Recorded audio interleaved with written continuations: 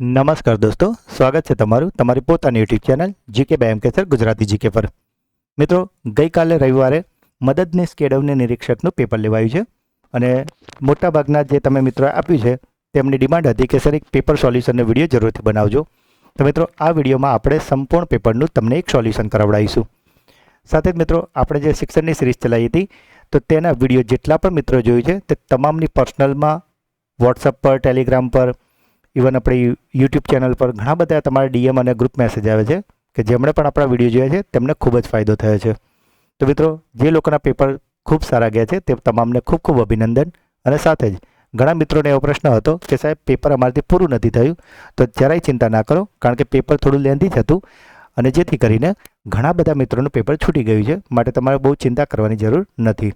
અને પ્રમાણમાં એકંદરે પેપર સાવ જ સહેલું હતું. તો ચલો મિત્રો વિડીયો સ્ટાર્ટ કરીએ છીએ. મિત્રો, જો ચેનલ પર પહેલી વાર આવ્યા છો તો તમને રિક્વેસ્ટ છે કે ચેનલને સબસ્ક્રાઇબ અત્યારે જ કરી લેજો. અને સાથે જ મિત્રો, આપણી ચેનલ પર આવા જ ઇમ્પોર્ટન્ટ ટોપિકના વિડીયો સિરીઝો આવતી હોય છે અને સાથે દરરોજ સવારે 8 વાગે કરંટ અફેર્સના વિડીયો પણ આવે છે. તો મિત્રો, જીપીએસસી ક્લાસ 1-2ની પરીક્ષા એ લગભગ આવતા એપ્રિલ મહિનામાં એનું નોટિફિકેશન આવવાની શક્યતા છે અને તેમાં કરંટ અફેર્સ છે એ ખૂબ જ મોટો રોલ ભજવવાનો છે. તો મિત્રો, કરંટ અફેર્સને એકસાથે ભેગું ના થવા દેતા અને દરરોજ આપણી ચેનલના વિડીયોને જોતા રહેજો તો તમને ચોક્કસથી ફાયદો થશે, કારણ કે આપણે મોસ્ટ એમપી 15 પ્રશ્નો ખૂબ જ ડિટેલમાં અને 15 મિનિટથી પણ ઓછા સમયમાં કરાવડાવીએ છીએ. મિત્રો, આ જે સોલ્યુશન છે એ મેં મારી રીતે કર્યું છે. બની શકે કે આમાં થોડું ઘણું પ્લસ માઇનસ હોઈ શકે, પણ આ તમને એક અંદાજો આપશે કે આપણું પેપર કેવું ગયું છે. ઠીક છે, તો આપણે ચલો વિડીયો સ્ટાર્ટ કરીએ છીએ. નીચે પૈકી પહેલો પ્રશ્ન એક હતો કે ગુજરાતના કયા જિલ્લામાંથી કર્કવૃત પસાર થતું નથી. મિત્રો, એ નથી પૂછેલું છે. તો કચ્છમાંથી થાય છે, પાટણમાંથી થાય છે અને અરવલ્લીમાંથી થાય છે. કારણ કે તમને ખ્યાલ જ હશે, કચ્છ, પાટણ, અરવલ્લી, ગાંધીનગર, સાબરકાંઠા એ બધામાં થઈને જતી હોય છે. પણ આમાં સુરત છે ને છેક દક્ષિણમાં આવેલું છે, એટલે સુરતમાંથી એ પસાર થતું નથી, માટે આપણો જવાબ અહીંયા આવશે સુરત. ગુજરાતની સૌથી મોટી ઔદ્યોગિક વસાહત એકમ કઈ છે? તો મિત્રો, સૌથી મોટી વસાહત તો છે અંકલેશ્વરની. ભારત સરકારે 1991 પછી અમલમાં મૂકેલી આર્થિક ઉદારીકરણ નીતિનો મુખ્ય ઉદ્દેશ્ય શું હતો? તો મિત્રો, આનો જે ઉદ્દેશ્ય હતો એ હતો એલપીજીનો, એટલે કે લિબરલાઇઝેશન, પ્રાઇવેટાઇઝેશન અને ગ્લોબલાઇઝેશન. માટે આપણો જવાબ આવશે ખાનગીકરણને પ્રોત્સાહન આપવું અને વૈશ્વિક સ્પર્ધામાં ભારતને સામેલ કરવું. વૈશ્વિક સ્પર્ધા જે આપણે કીધું ગ્લોબલાઇઝેશન અને પ્રાઇવેટાઇઝેશન એટલે કે ખાનગીકરણ. ગુજરાતમાં વન સંસાધન સંદર્ભે નીચે આપેલ કયું વિધાન સાચું છે? તો મિત્રો, આમાં જે ગુજરાતમાં માથાદીઠ વન વિસ્તાર 0.03 હેક્ટર છે અને વન આચ્છાદિત વિસ્તાર 0.04 હેક્ટર છે, તે મારા મત મુજબ સાચો જવાબ હોવો જોઈએ. ભૌગોલિક દ્રષ્ટિએ ભારત દેશ એ શું છે? તો મિત્રો, ભારત છે એ પૃથ્વીના દક્ષિણ ગોળાર્ધમાં આવેલું નથી. અને મધ્યમાંથી કર્કવૃત પસાર થાય? તો હા, કારણ કે હમણાં જ આપણે ઉપર પહેલો જ પ્રશ્ન જોયો હતો કે કર્કવૃત ગાંધીનગરમાં થઈને પસાર થાય છે, માટે ભારતના મધ્યમાંથી પસાર થઈ જવું કહી શકાય. માટે આપણું પહેલું વિધાન ખોટું આવશે અને બીજું વિધાન સાચું આવશે. એટલે એવો જવાબ વિધાન ખોટું 1 અને વિધાન 2 સાચું, આ રીતે જવાબ આવશે. નીચેનામાંથી કયું કઠોર રવિ પાક છે? મિત્રો, રવિ પાક પૂછ્યું છે, રવિ એટલે કે શિયાળાનું, તો એ થાય ચણા. મિત્રો, આ જે કોઈ મિત્રનું પેપર મારી જોડે આવ્યું છે તે છે, બરાબર. એટલે જે જવાબ ટીક કરેલા છે જે તે મિત્રના હોઈ શકે છે. કયા જળધોધ નર્મદા જિલ્લામાં આવેલો છે? તો મિત્રો, આ જે નર્મદા જિલ્લો છે ને તેમાં આવે છે નિનાઈ ધોધ, કારણ કે હાથણી માતા ધોધ છે આવેલો છે જાંબુઘોડામાં. 2011ની વસ્તી ગણતરી અનુસાર ગુજરાતની પ્રતિ ચોરસ કિલોમીટર વસ્તી ગીચતા કેટલી છે? તો મિત્રો, એ ગુજરાતની પૂછી છે, માટે જવાબ આવશે 308. શામળાજીનો મેળો કઈ નદીના કિનારે ભરાય છે? તો મિત્રો, શામળાજીનો મેળો ભરાય છે મેશ્વો નદીના કિનારે. 12 માર્ચ 1922ના રોજ અમદાવાદની કોર્ટમાં ગાંધીજી અને શંકરલાલ બેન્કર ઉપર રાજદ્રોહના આરોપોનો મુકદ્દમો ચાલેલ તે ઐતિહાસિક પ્રસંગનું ચિત્ર આલેખન કોણે કર્યું છે? તો મિત્રો, આ આલેખન કર્યું હતું રવિશંકર રાવળે. નીચેનામાંથી કયું જોડકું ખોટું છે? તો મિત્રો, અહીંયા ખોટા જોડકાની વાત કરી છે. તો સિદ્ધહેમ શબ્દાનું શાસન જોડે હેમચંદ્રાચાર્ય તો સાચું છે, હિતોપદેશ નારાયણ પણ સાચું છે, ગીત ગોવિંદ જયદુ બી સાચું છે, પરંતુ આજે પૃથ્વીરાજ રાસોમાં અમીર ખુસરો છે ને એ નહીં આવે, કારણ કે પૃથ્વીરાજ રાસોમાં આવે છે ચંદ બરદાઈ. ભારતના સૌથી જૂના સિક્કા કયા છે? તો મિત્રો, આ જે સૌથી જૂના સિક્કા છે તે છે પંચમાર્ક સિક્કા, એટલે 5 માર્કાવાળા સિક્કા આવે છે ને એ છે. બ્લેક બક નેશનલ પાર્ક ક્યાં આવેલું છે? તો મિત્રો આજે સાદી આમાં થોડું તમને કન્ફ્યુઝ કરવા ઇંગ્લિશ બ્લેક બક લખ્યું છે, બાકી દેશી ભાષામાં પૂછ્યું તો તમને તરત ખ્યાલ આવી જાય. જોકે આમાં પણ ખ્યાલ આવી જ ગયો હશે. આ કાળિયાર નેશનલ પાર્ક છે, એ છે ભાવનગરમાં. ગુજરાતમાં ગ્રામીણ ઓલિમ્પિકનું આયોજન કયા મેળા દરમિયાન કરવામાં આવે છે? તો મિત્રો આ ગ્રામીણ ઓલિમ્પિક છે તે રચાય છે તરણેતરના મેળામાં. કયા ગુજરાતી લેખકને જીવન વ્યવસ્થા કૃતિ માટે સાહિત્ય અકાદમીનો એવોર્ડ પ્રાપ્ત થયો છે? તો મિત્રો આ જે જીવન વ્યવસ્થા છે તે છે કાકા સાહેબ કાલેલકરનું. ગુજરાતના કયા સ્થાન પર સ્થાપત્યોએ પહેલા યુનેસ્કો વર્લ્ડ હેરિટેજમાં સ્થાન મેળવ્યું છે? તો મિત્રો આમાં જવાબ આવશે ચાંપાનેર, કારણ કે એને 2004માં મળ્યું હતું. ત્યારબાદ આવે પાટણ, કે જેમાં રાણકી વાવને 2014માં કર્યું છે. ત્યારબાદ જૂનું અમદાવાદ, કે જેને 2017માં, અને છેલ્લે હમણાં 2021માં કચ્છનું ધોળાવીરા થયું છે. ભારતીય સંવિધાનમાં લઘુમતીઓને મળેલા હક અન્વયે નીચે પૈકી કઈ લઘુમતીઓને પોતાની પસંદગીનો શિક્ષણ સંસ્થા સ્થાપવાનો અને તેમનો વહીવટ કરવાનો હક મળે છે? તો મિત્રો એના માટે ધર્મ કે ભાષા બંને આવે છે. જો આ જવાબ હોય તો એ અધૂરા જવાબ કહેવાય. ભાષાકીય લઘુમતી જૂથોના બાળકોને પ્રાથમિક કક્ષાએ માતૃભાષામાં શિક્ષણની સગવડ આપવાની જોગવાઈ ભારતીય સંવિધાનના કયા અનુચ્છેદમાં છે? તો મિત્રો જ્યારે બી માતૃભાષાનો અનુવાદ આવે ત્યારે મારા મત મુજબ જવાબ આવે 350 અ, એટલે કે ક. કયો બંધારણ સુધારાથી આરટી 2009 અસ્તિત્વમાં આવે છે? તો મિત્રો આ છે 86મો સુધારો. ભારતીય સંવિધાનમાં મૂળભૂત ફરજોનો સમાવેશ કયા બંધારણીય સુધારાથી કરવામાં આવે છે? તો મિત્રો આ કરાયું છે 42મો સુધારો, કે જે 1976માં હતા, અને તેને લઘુ બંધારણ બી કહીએ છીએ, એટલે કે મિની બંધારણ. 6 થી 14 વર્ષના બાળકોને શિક્ષણની પૂરતી તક આપવી એ વાલીની ફરજ રહેશે. આ મૂળભૂત ફરજ કયા બંધારણ સુધારથી ઉમેરવામાં આવી છે? તો મિત્રો આ મૂળભૂત ફરજ ઉમેરાઈ છે 86માંથી. મિત્રો જો હજુ વિડીયોને લાઇક ના કરી હોય તો પ્લીઝ કરી દેજો, કારણ કે આ વિડીયોનો ટાર્ગેટ છે 500 લાઇક અને 500 કોમેન્ટનો. મિત્રો હું સમગ્ર પેપર મારા રીતે સોલ્વ કરાવું છું. બની શકે કે આમાં કોઈક જવાબ પ્લસ માઇનસ હોઈ શકે, પરંતુ મોટાભાગના જવાબ લગભગ આમાં સાચા જ હશે. બરાબર, એટલે તમને એક ઓવરવ્યૂ આવી જશે કે તમારે કેટલા માર્ક્સ થાય છે. અને જો તમારા 100 ઉપર જતા રહે તો તમારે સમજવાનું કે મેન્સની તૈયારી તમારે ચાલુ કરવાની હોય તો કરી શકો છો.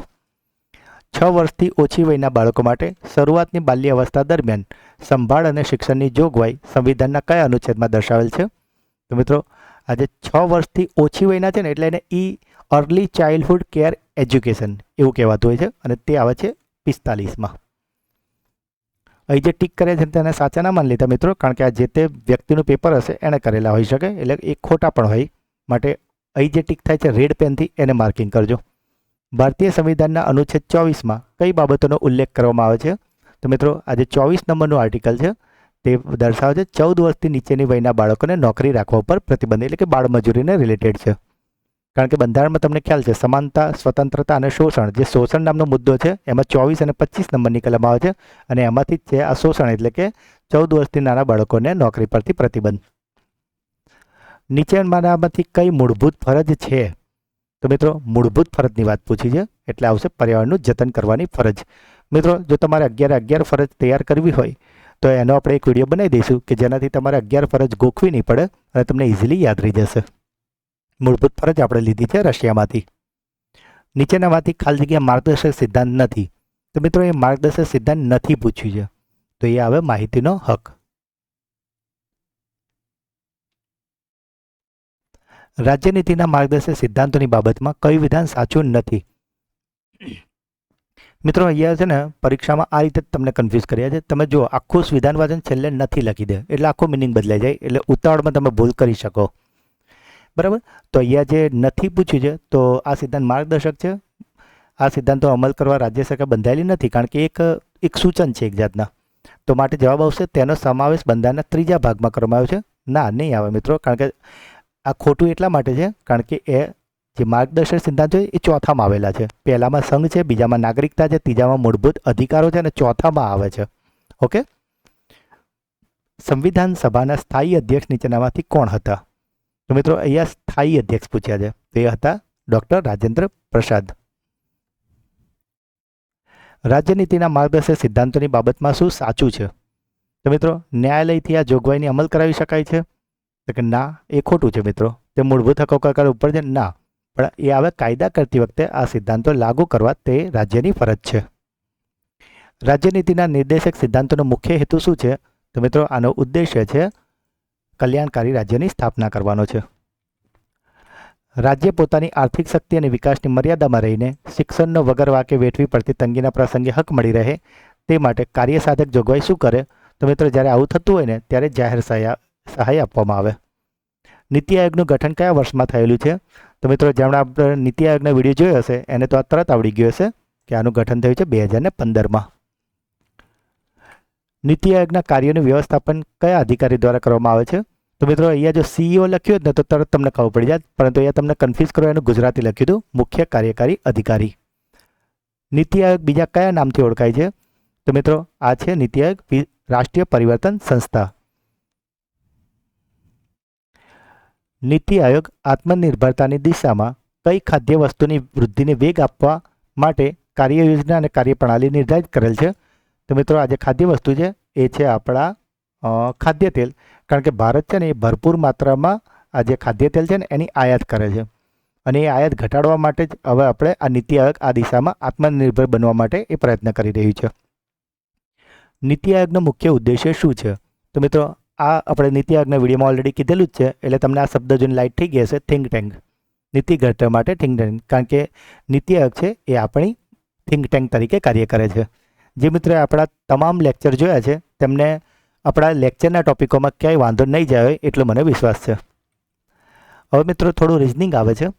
કઈ સાંકેતિક ભાષામાં અંગ્રેજી મૂળાક્ષરને A = 5, B = 6, C = 7 એવી રીતે બધું લખ્યું હતું, બરાબર? તો એ પ્રમાણે અહીંયા એક આંકડો આપ્યો છે, એના વિશે લખવાનું છે. હવે મિત્રો આમાં છે ને મજૂરી નથી કરવાની, એમાં સ્માર્ટ વર્ક કરવાનું હતું.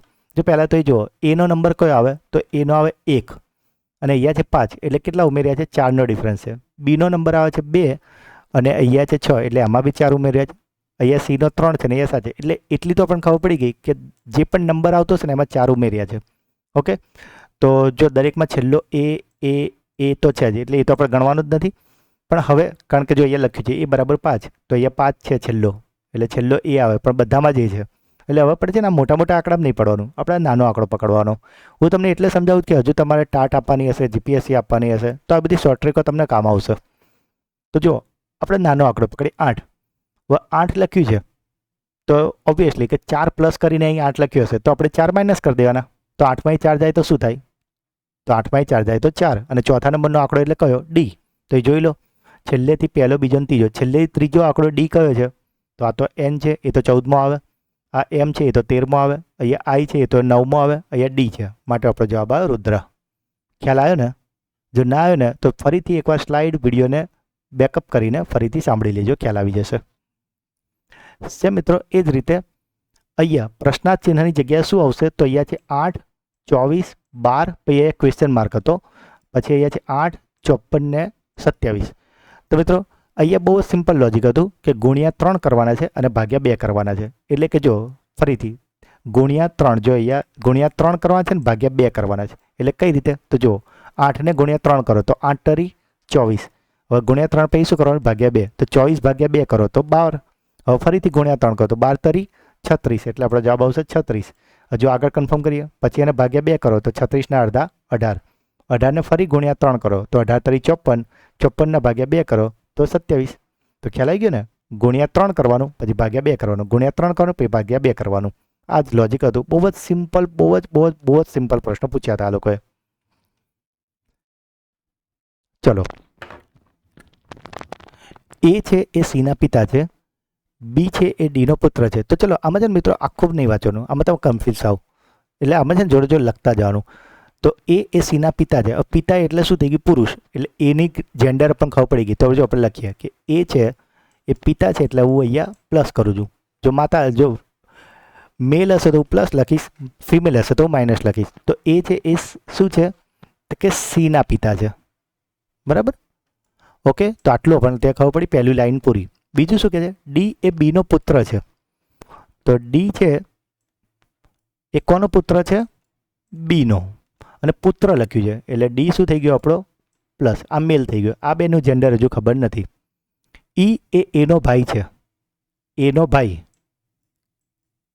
ઈ એટલે ભાઈ છે એટલે શું થઈ જશે? આ પ્લસ. સી એ ડીની બહેન છે એટલે સી છે એ ડીની બહેન છે એટલે આ સીનું જેન્ડર બી હવે પણ ખબર પડી ગઈ. તો હવે તો ક્લિયર થઈ ગયું. તો એનો મતલબ શું થયું? આ પણ આનો પુત્ર છે અને આ પણ આનો પુત્ર છે. જો આ પ્લસ છે તો આ શું આવશે? માઇનસ. એનો મતલબ કે એ છે એ પપ્પા છે, બી છે એ મમ્મી છે અને એમના 2 છોકરાઓ છે. આ એક છોકરો છે ડી અને આ એની છોકરી છે. તો અહીંયા કોનો સંબંધ પૂછ્યો છે? આ બેનો. કે બી છે એ ઈની શું થશે? તો ઓબ્વિયસલી શું થાય? ભાભી થઈ જાય. ક્લિયર? ઓકે, ચલો નેક્સ્ટ પ્રશ્ન છે. એ પણ બહુ ઇઝી છે મિત્રો.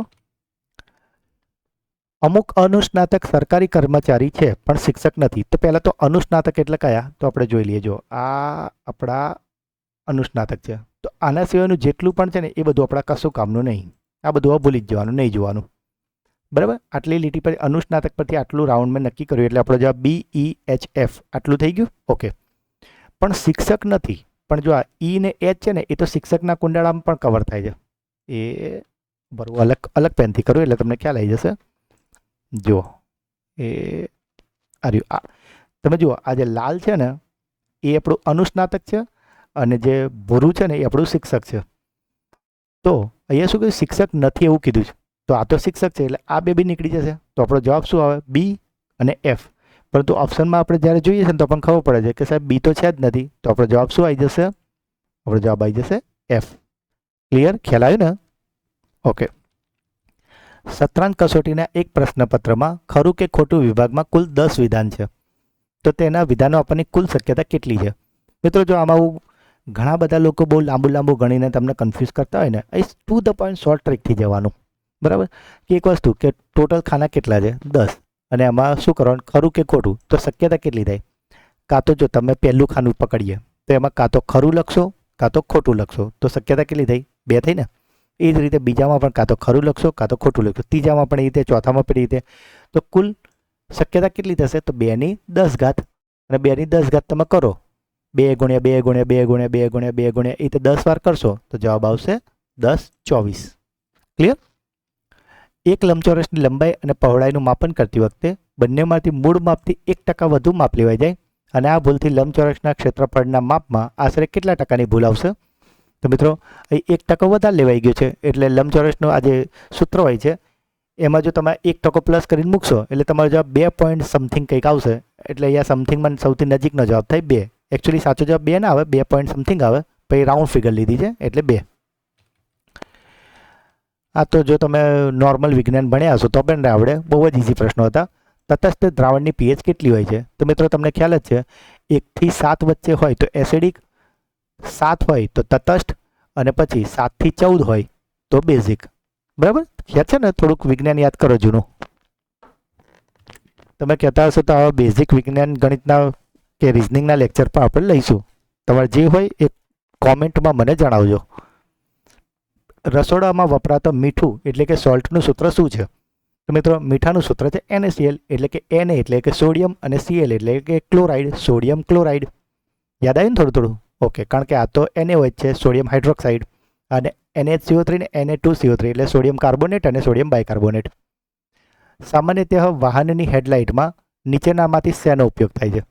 તો મિત્રો જે વાહનની હેડલાઇટ હોય ને એમાં અંતર્ગોળ અરીસો વપરાય કે જેથી કરીને જે પ્રકાશ છે ને એ ફેલાઈ ના જાય. બહિર્ગોળ વાપરો ને તો વિખરાઈ જાય. નીચેનામાંથી કયા જૂથમાં આર્ટિફિશિયલ ઇન્ટેલિજન્સનો ઉપયોગ કરવામાં આવે છે? ઓનલાઈન શોપિંગ એપ્લિકેશનમાં કે સોશિયલ મીડિયા એપ્લિકેશનમાં? તો મિત્રો બંનેમાં થાય. કારણ કે જો ઓનલાઈન શોપિંગમાં પણ શું થાય, તમે એમેઝોન કેવી કોઈ સાઇટ ખોલજો અને તમે કોઈ વસ્તુને બુકમાર્ક કેવું કંઈ કરજો, પછી એને લઈને જે તમારી ચોઈસ પ્રમાણે નીચે બધું રેકમેન્ડેશન ચાલુ થઈ જશે. તો એ AI મૂકેલું છે એટલા માટે જ. ત્યાં ખબર પડી ગઈ કે તમે ડ્રેસ જોયા છે કે તમે કોઈ ક્રોકરી જોઈ છે, ગ્રોસરી જોઈ છે, એ પ્રમાણે તમારી પસંદની વસ્તુઓ જે પછી નીચે આવવું કરશે. સેમ સોશિયલ મીડિયામાં પણ એવું જ હોય છે. તમે જો MK સરના વિડીયો જોશો તો તમને MK સરના વિડીયો મળશે. તમે યુટ્યુબની રીલ્સ જોયા કરશો તો એ રીલ્સ આવ્યા કરશે. એટલે અને એના જ લીધે તમને નુકસાન જાય છે. કારણ કે છે ને જ્યારે તમે રીલ્સ જોવા જતા રહો છો તો પછી નીચે એવી ને એવી, કારણ કે AIને ખબર પડી ગઈ કે તમને રીલ્સ ગમે છે એટલે એવી ને એવી રીલ્સ નીચે રેકમેન્ડેડ કર્યા કરશે અને પછી તમારા કલાકોના કલાકો ત્યાં બગાડી દેશે. પણ આપણે AIનો સારો ઉપયોગ કરવાનો છે. MK સરનો વિડીયો આવે તો નીચે MK સરનો વિડીયો એને જ ટચ કરવાનું જેથી કરીને આપણને શીખવા મળે અને એકવાર અધિકારી બની જઈએ પછી આપણે 3 પેઢી સુધી આપણે જોવું નહીં પડે. તો માટે મિત્રો અહીંયા બંને આવશે, એટલે બંનેવાળો જવાબ ક્યાં છે? યસ, જૂથ એ અને 2 બંનેમાં. નીચેનામાંથી કયું ઓપન એજ્યુકેશનલ રિસોર્સ નથી કીધું છે મિત્રો? તો આજે NROER છે ને, એ તો ઓપન નેટવર્ક છે. દીક્ષા પણ digital infrastructure for knowledge sharing, એ પણ આવે છે. PME વિદ્યા, તો એમાં તો બધી ચેનલ આવે છે. એટલે મિત્રો એ જવાબ આવશે યુટ્યુબ. એટલે બીજા જવાબ કરી નાખો એટલે તમે કન્ફ્યુઝ ના થાવ. 1 મિનિટ અહીંયા કરી દઈએ આપણે એ યુટ્યુબ. સ્માર્ટફોનમાં આવતી GPS સુવિધાની મદદથી આપણે જે અક્ષાંશ અને રેખાંશ જાણીએ છીએ ને, એમાં GPS શું છે? મિત્રો GPS એટલે ગ્લોબલ પોઝિશનિંગ સિસ્ટમ. મિત્રો જોયું આ બધી વસ્તુઓ છે ને, તમે GPSનું નામ કેટલી વાર બોલ્યા હશો, કદાચ વોટ્સઅપ પર કે ગૂગલ પર તમે લોકેશન પર શેરિંગ કર્યું હશે. GPS શું છે એ પણ ખબર હશે, પણ આવું જો પૂરું નામ ના ખબર હોય તો બસ આ જ વસ્તુ જોવાની. આપણે છે ને સ્માર્ટ વર્ક કરવાનું. આપણી આજુબાજુ હોય ને, આપણે મારું એક સૂત્ર હોય છે, હું મારી આજુબાજુના દરેક લોકોને કહેતો હોય કે તમારા આંખ, કાન, નાક, મગજ ઓલવેઝ એક્ટિવ રાખો. તમને તરત વસ્તુ જજ કરતાં ખબર પડી જોઈએ. નાની નાની વસ્તુઓ આપણે ક્વેશ્ચન માર્ક મગજમાં થવો જોઈએ. બરાબર. આવી જ્યારે સાયન્ટિસ્ટ વૃત્તિ આવી જશે ને, ખણખોદ કરવાની, જેને કહેવાય ને સાદી ભાષામાં, પછી જુઓ તમને ખાસું ઇમ્પ્રુવમેન્ટ આવશે. કયા ભારતીય ક્રિકેટર ખેલાડીને જૂન 2026માં ICC ક્રિકેટ હોલ ઓફ ફેમમાં સામેલ કરવામાં આવે છે? મિત્રો ICC હોલ ઓફ ફેમમાં તો ધોનીજી, બરાબર, MS ધોની, મહેન્દ્રસિંહ ધોની, કે જેને 9 જૂન 2025 સામેલ કરવામાં આવ્યા હતા. ગ્રીન ફોર સ્કૂલ પ્રોગ્રામ હેઠળ કઈ પ્રાથમિક શાળાને રાષ્ટ્રીય કક્ષાનો ગ્રીન સ્કૂલ એવોર્ડ 2025 મળ્યો છે? તો મિત્રો આ છે દહેગામની જીવરાજના મુવાડા પ્રાથમિક શાળા. 21મી સેન્ચુરી સ્કિલ અંતર્ગત કઈ સ્કિલ આવતી નથી? તો આ લિટરસી સ્કિલ તો આવે છે મિત્રો, બરાબર. એટલે એ જવાબ આવશે લેંગ્વેજ સ્કિલ આવશે. લેંગ્વેજ સ્કિલ નથી આવતી, કારણ કે હવે તો AI છે, બધું ટ્રાન્સલેટ કરીને તમને આપી દે છે. જિલ્લા શિક્ષણ સમિતિને કોઈપણ બાબત વિશે જરૂરી જણાય તેવા તમામ આદેશો આપવાની સત્તા રાજ્ય સરકારને રહેશે. આ જોગવાઈ ગુજરાત પ્રાથમિક શિક્ષા અધિનિયમની કઈ કલમમાં આવે છે? તો આ છે 54. જેણે આપણો આ વિડીયો જોયો હશે તેને આ પ્રશ્ન તરત આવડી ગયો હશે. સ્કૂલ બોર્ડ દ્વારા કરવામાં આવેલ કોઈ કામ અધિનિયમ અથવા તે મુજબ કરેલા નિયમોથી આપેલ સત્તા મર્યાદાનું તેનું મોકૂફ રાખવાનું પ્રતિષેધ કરવાની સત્તા કોને?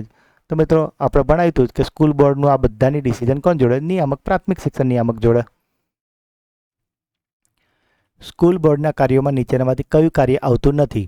તો મિત્રો આવે છે શિક્ષણનો સમય અને વેકેશનની સંખ્યા અને મુદત નક્કી કરવી. મિત્રો જે લોકોએ મોંઘા કોર્સો ખરીદ્યા છે અને જે મિત્રોએ આપણી ચેનલના વિડીયો ફ્રીમાં જોયા છે, બરાબર, તો બંને સરખે સરખા જ છે. પેલા લોકોના ખાલી પૈસા વેસ્ટ થયા છે. બાકી આ જ વસ્તુ છે, બરાબર. જેમણે આપણા વિડીયોને પૂરા ધ્યાનથી જોયા છે ને, તેમને તો 100% ફાયદો થયો છે વગર કોઈ પૈસા આપે.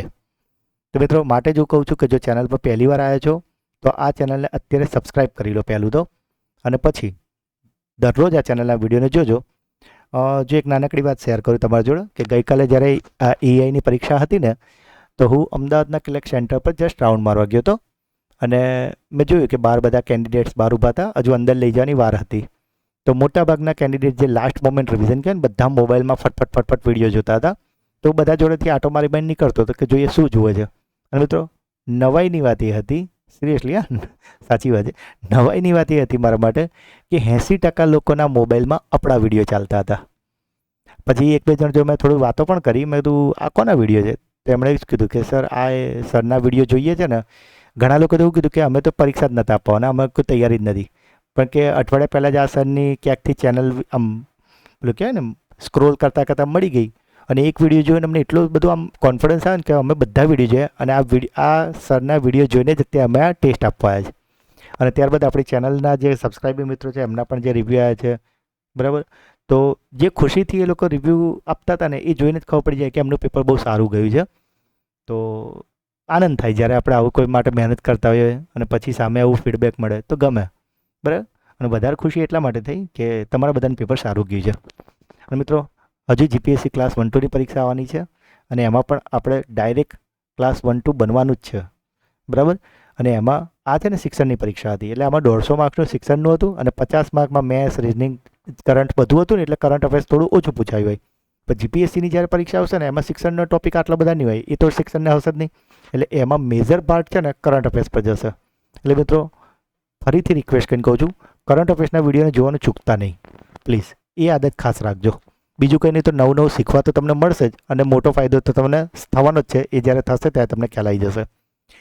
સ્કૂલ બોર્ડ જે મુંબઈ પ્રાથમિક શિક્ષણ અધિનિયમ 1947ની કલમ મુજબ તાલુકા સલાહકાર સમિતિની રચના, સત્તાને કાર્યો, ફરજો કઈમાં નક્કી થાય છે? તો મિત્રો, આપણા વિડીયોમાં આપણે આ બહુ ડિટેલમાં તમને સમજાવ્યું હતું, એટલે તમારે ગોખ્યા વગર જેમને વિડીયો છે એમને યાદ જ હતી કે કલમ 15 મુંબઈ પ્રાથમિક શિક્ષણ અધિનિયમ 1947ની કલમ 33 મુજબ બાળકને માન્ય શાળામાં નહીં મોકલવા માટેના કયા કારણો છે? તો મિત્રો, જો માંદગીના કારણે આવતું હોય તો વેલિડ કહેવાય, અને એ વિસ્તારમાં શાળા નથી, ઓકે, તો આ પણ વેલિડ જ છે. એટલે એ અને બી બંને. મુંબઈ પ્રાથમિક શિક્ષણ અધિનિયમ 1947ની કલમ 3 હેઠળ સ્કૂલ બોર્ડ જો તેની સત્તાની મર્યાદા બહાર ચાલે કે તેની સત્તાનો ગેરઉપયોગ કરે તો 56(1) મુજબ બોર્ડનું વિસર્જન રાજ્ય સરકાર કરે, ઓબ્વિયસલી, કારણ કે ફાઇનલ ઓથોરિટી રાજ્ય સરકાર હોય છે. સ્કૂલ બોર્ડની રચના બાબતે નીચેનામાંથી કયું વિધાન સાચું છે? મિત્રો, આ એટલું ડિટેલમાં આપણે તમને કરાવ્યું હતું ને, બોલો સાચું કહેજો. જે અત્યારે આપણે ચેનલના વિડીયો જોયેલા આપણા રેગ્યુલર સબસ્ક્રાઈબર જોઈએ ને, એમને ખ્યાલ જ હશે કે જેવો આ પ્રશ્ન આવ્યો છે, કે જેટલા બી આપણે ચલાવેલા પ્રશ્ન આવ્યા છે, જોઈને તરત સ્માઇલ આવી જતી હતી ફેસ પર, આ જ એક પ્લસ પોઈન્ટ છે. બાકી પ્રશ્નો જોઈને ઘણાને પરસેવા છૂટી જતા હોય છે. તમારા ફેસ પર તરત સ્માઇલ આવી છે ને, એનો મતલબ શું? કે તમને આવડે છે. બરાબર, ખૂબ સારી બાબત છે. તો 12થી ઓછા ને 16 એ તો આવશે. એક સભ્યમાંથી એક ઓછો અને સરકાર નિમણૂક આ બી આવશે. સરકાર નિમણૂક કરે સભ્ય સરકાર અધિકારી, ઓકે ઓકે ઓકે ઓકે મિત્રો, તમામ આપેલા તમામ આવશે. બરાબર, તમને એવું લાગે ને તો હજુ એકવાર આપણે એ વિડીયો જોઈ લેજો. આ બધું જ આપણે બહુ ડિટેલમાં સમજાયેલું છે. જે મિત્રો એ વિડીયો નથી જોયા તેમની વાત કરું છું. એક જિલ્લાના એક તાલુકામાં આવેલી એક ખાનગી પ્રાથમિક શાળામાં માન્યતા રદ કરવામાં આવી છે, ત્યારે તે જિલ્લાના પ્રાથમિક શિક્ષણ અધિકારીને જે પગલાં લેશે તેના મુજબ ગુજરાત પ્રાથમિક શિક્ષણ અધિનિયમ 1947 મુજબ સુસંગત છે.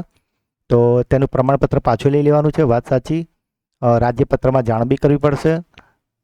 વિદ્યા સમીક્ષા કેન્દ્રને હા આપવું પડશે, ઓકે. પણ વર્તમાનપત્રોનો મિત્રો જરૂરી નથી કે દરેક ન્યૂઝપેપરમાં બી આપો કે અમે આ શાળા રદ કરીશ, બરાબર, એટલે એ જરૂરી નથી. એટલે કયું સાચું આવશે? પહેલું, બીજું ને ચોથું. ક્યાં છે ઓપ્શન? પહેલું, બીજું, આ આવશે, ડી આવશે. ગુજરાત પ્રાથમિક શિક્ષણ અધિનિયમ 1947 મુજબ રચાયેલ પ્રાથમિક શિક્ષણ બોર્ડનો સભ્ય કોણ બની શકે નહીં લખ્યું છે, ઓકે. તો આપણે તમને ખબર છે આ વસ્તુ તમને શીખવાડી હતી કે 10 વર્ષનો કાર્યરતવાળો હેડમાસ્ટરનો અનુભવ હોવો જોઈએ, બરાબર.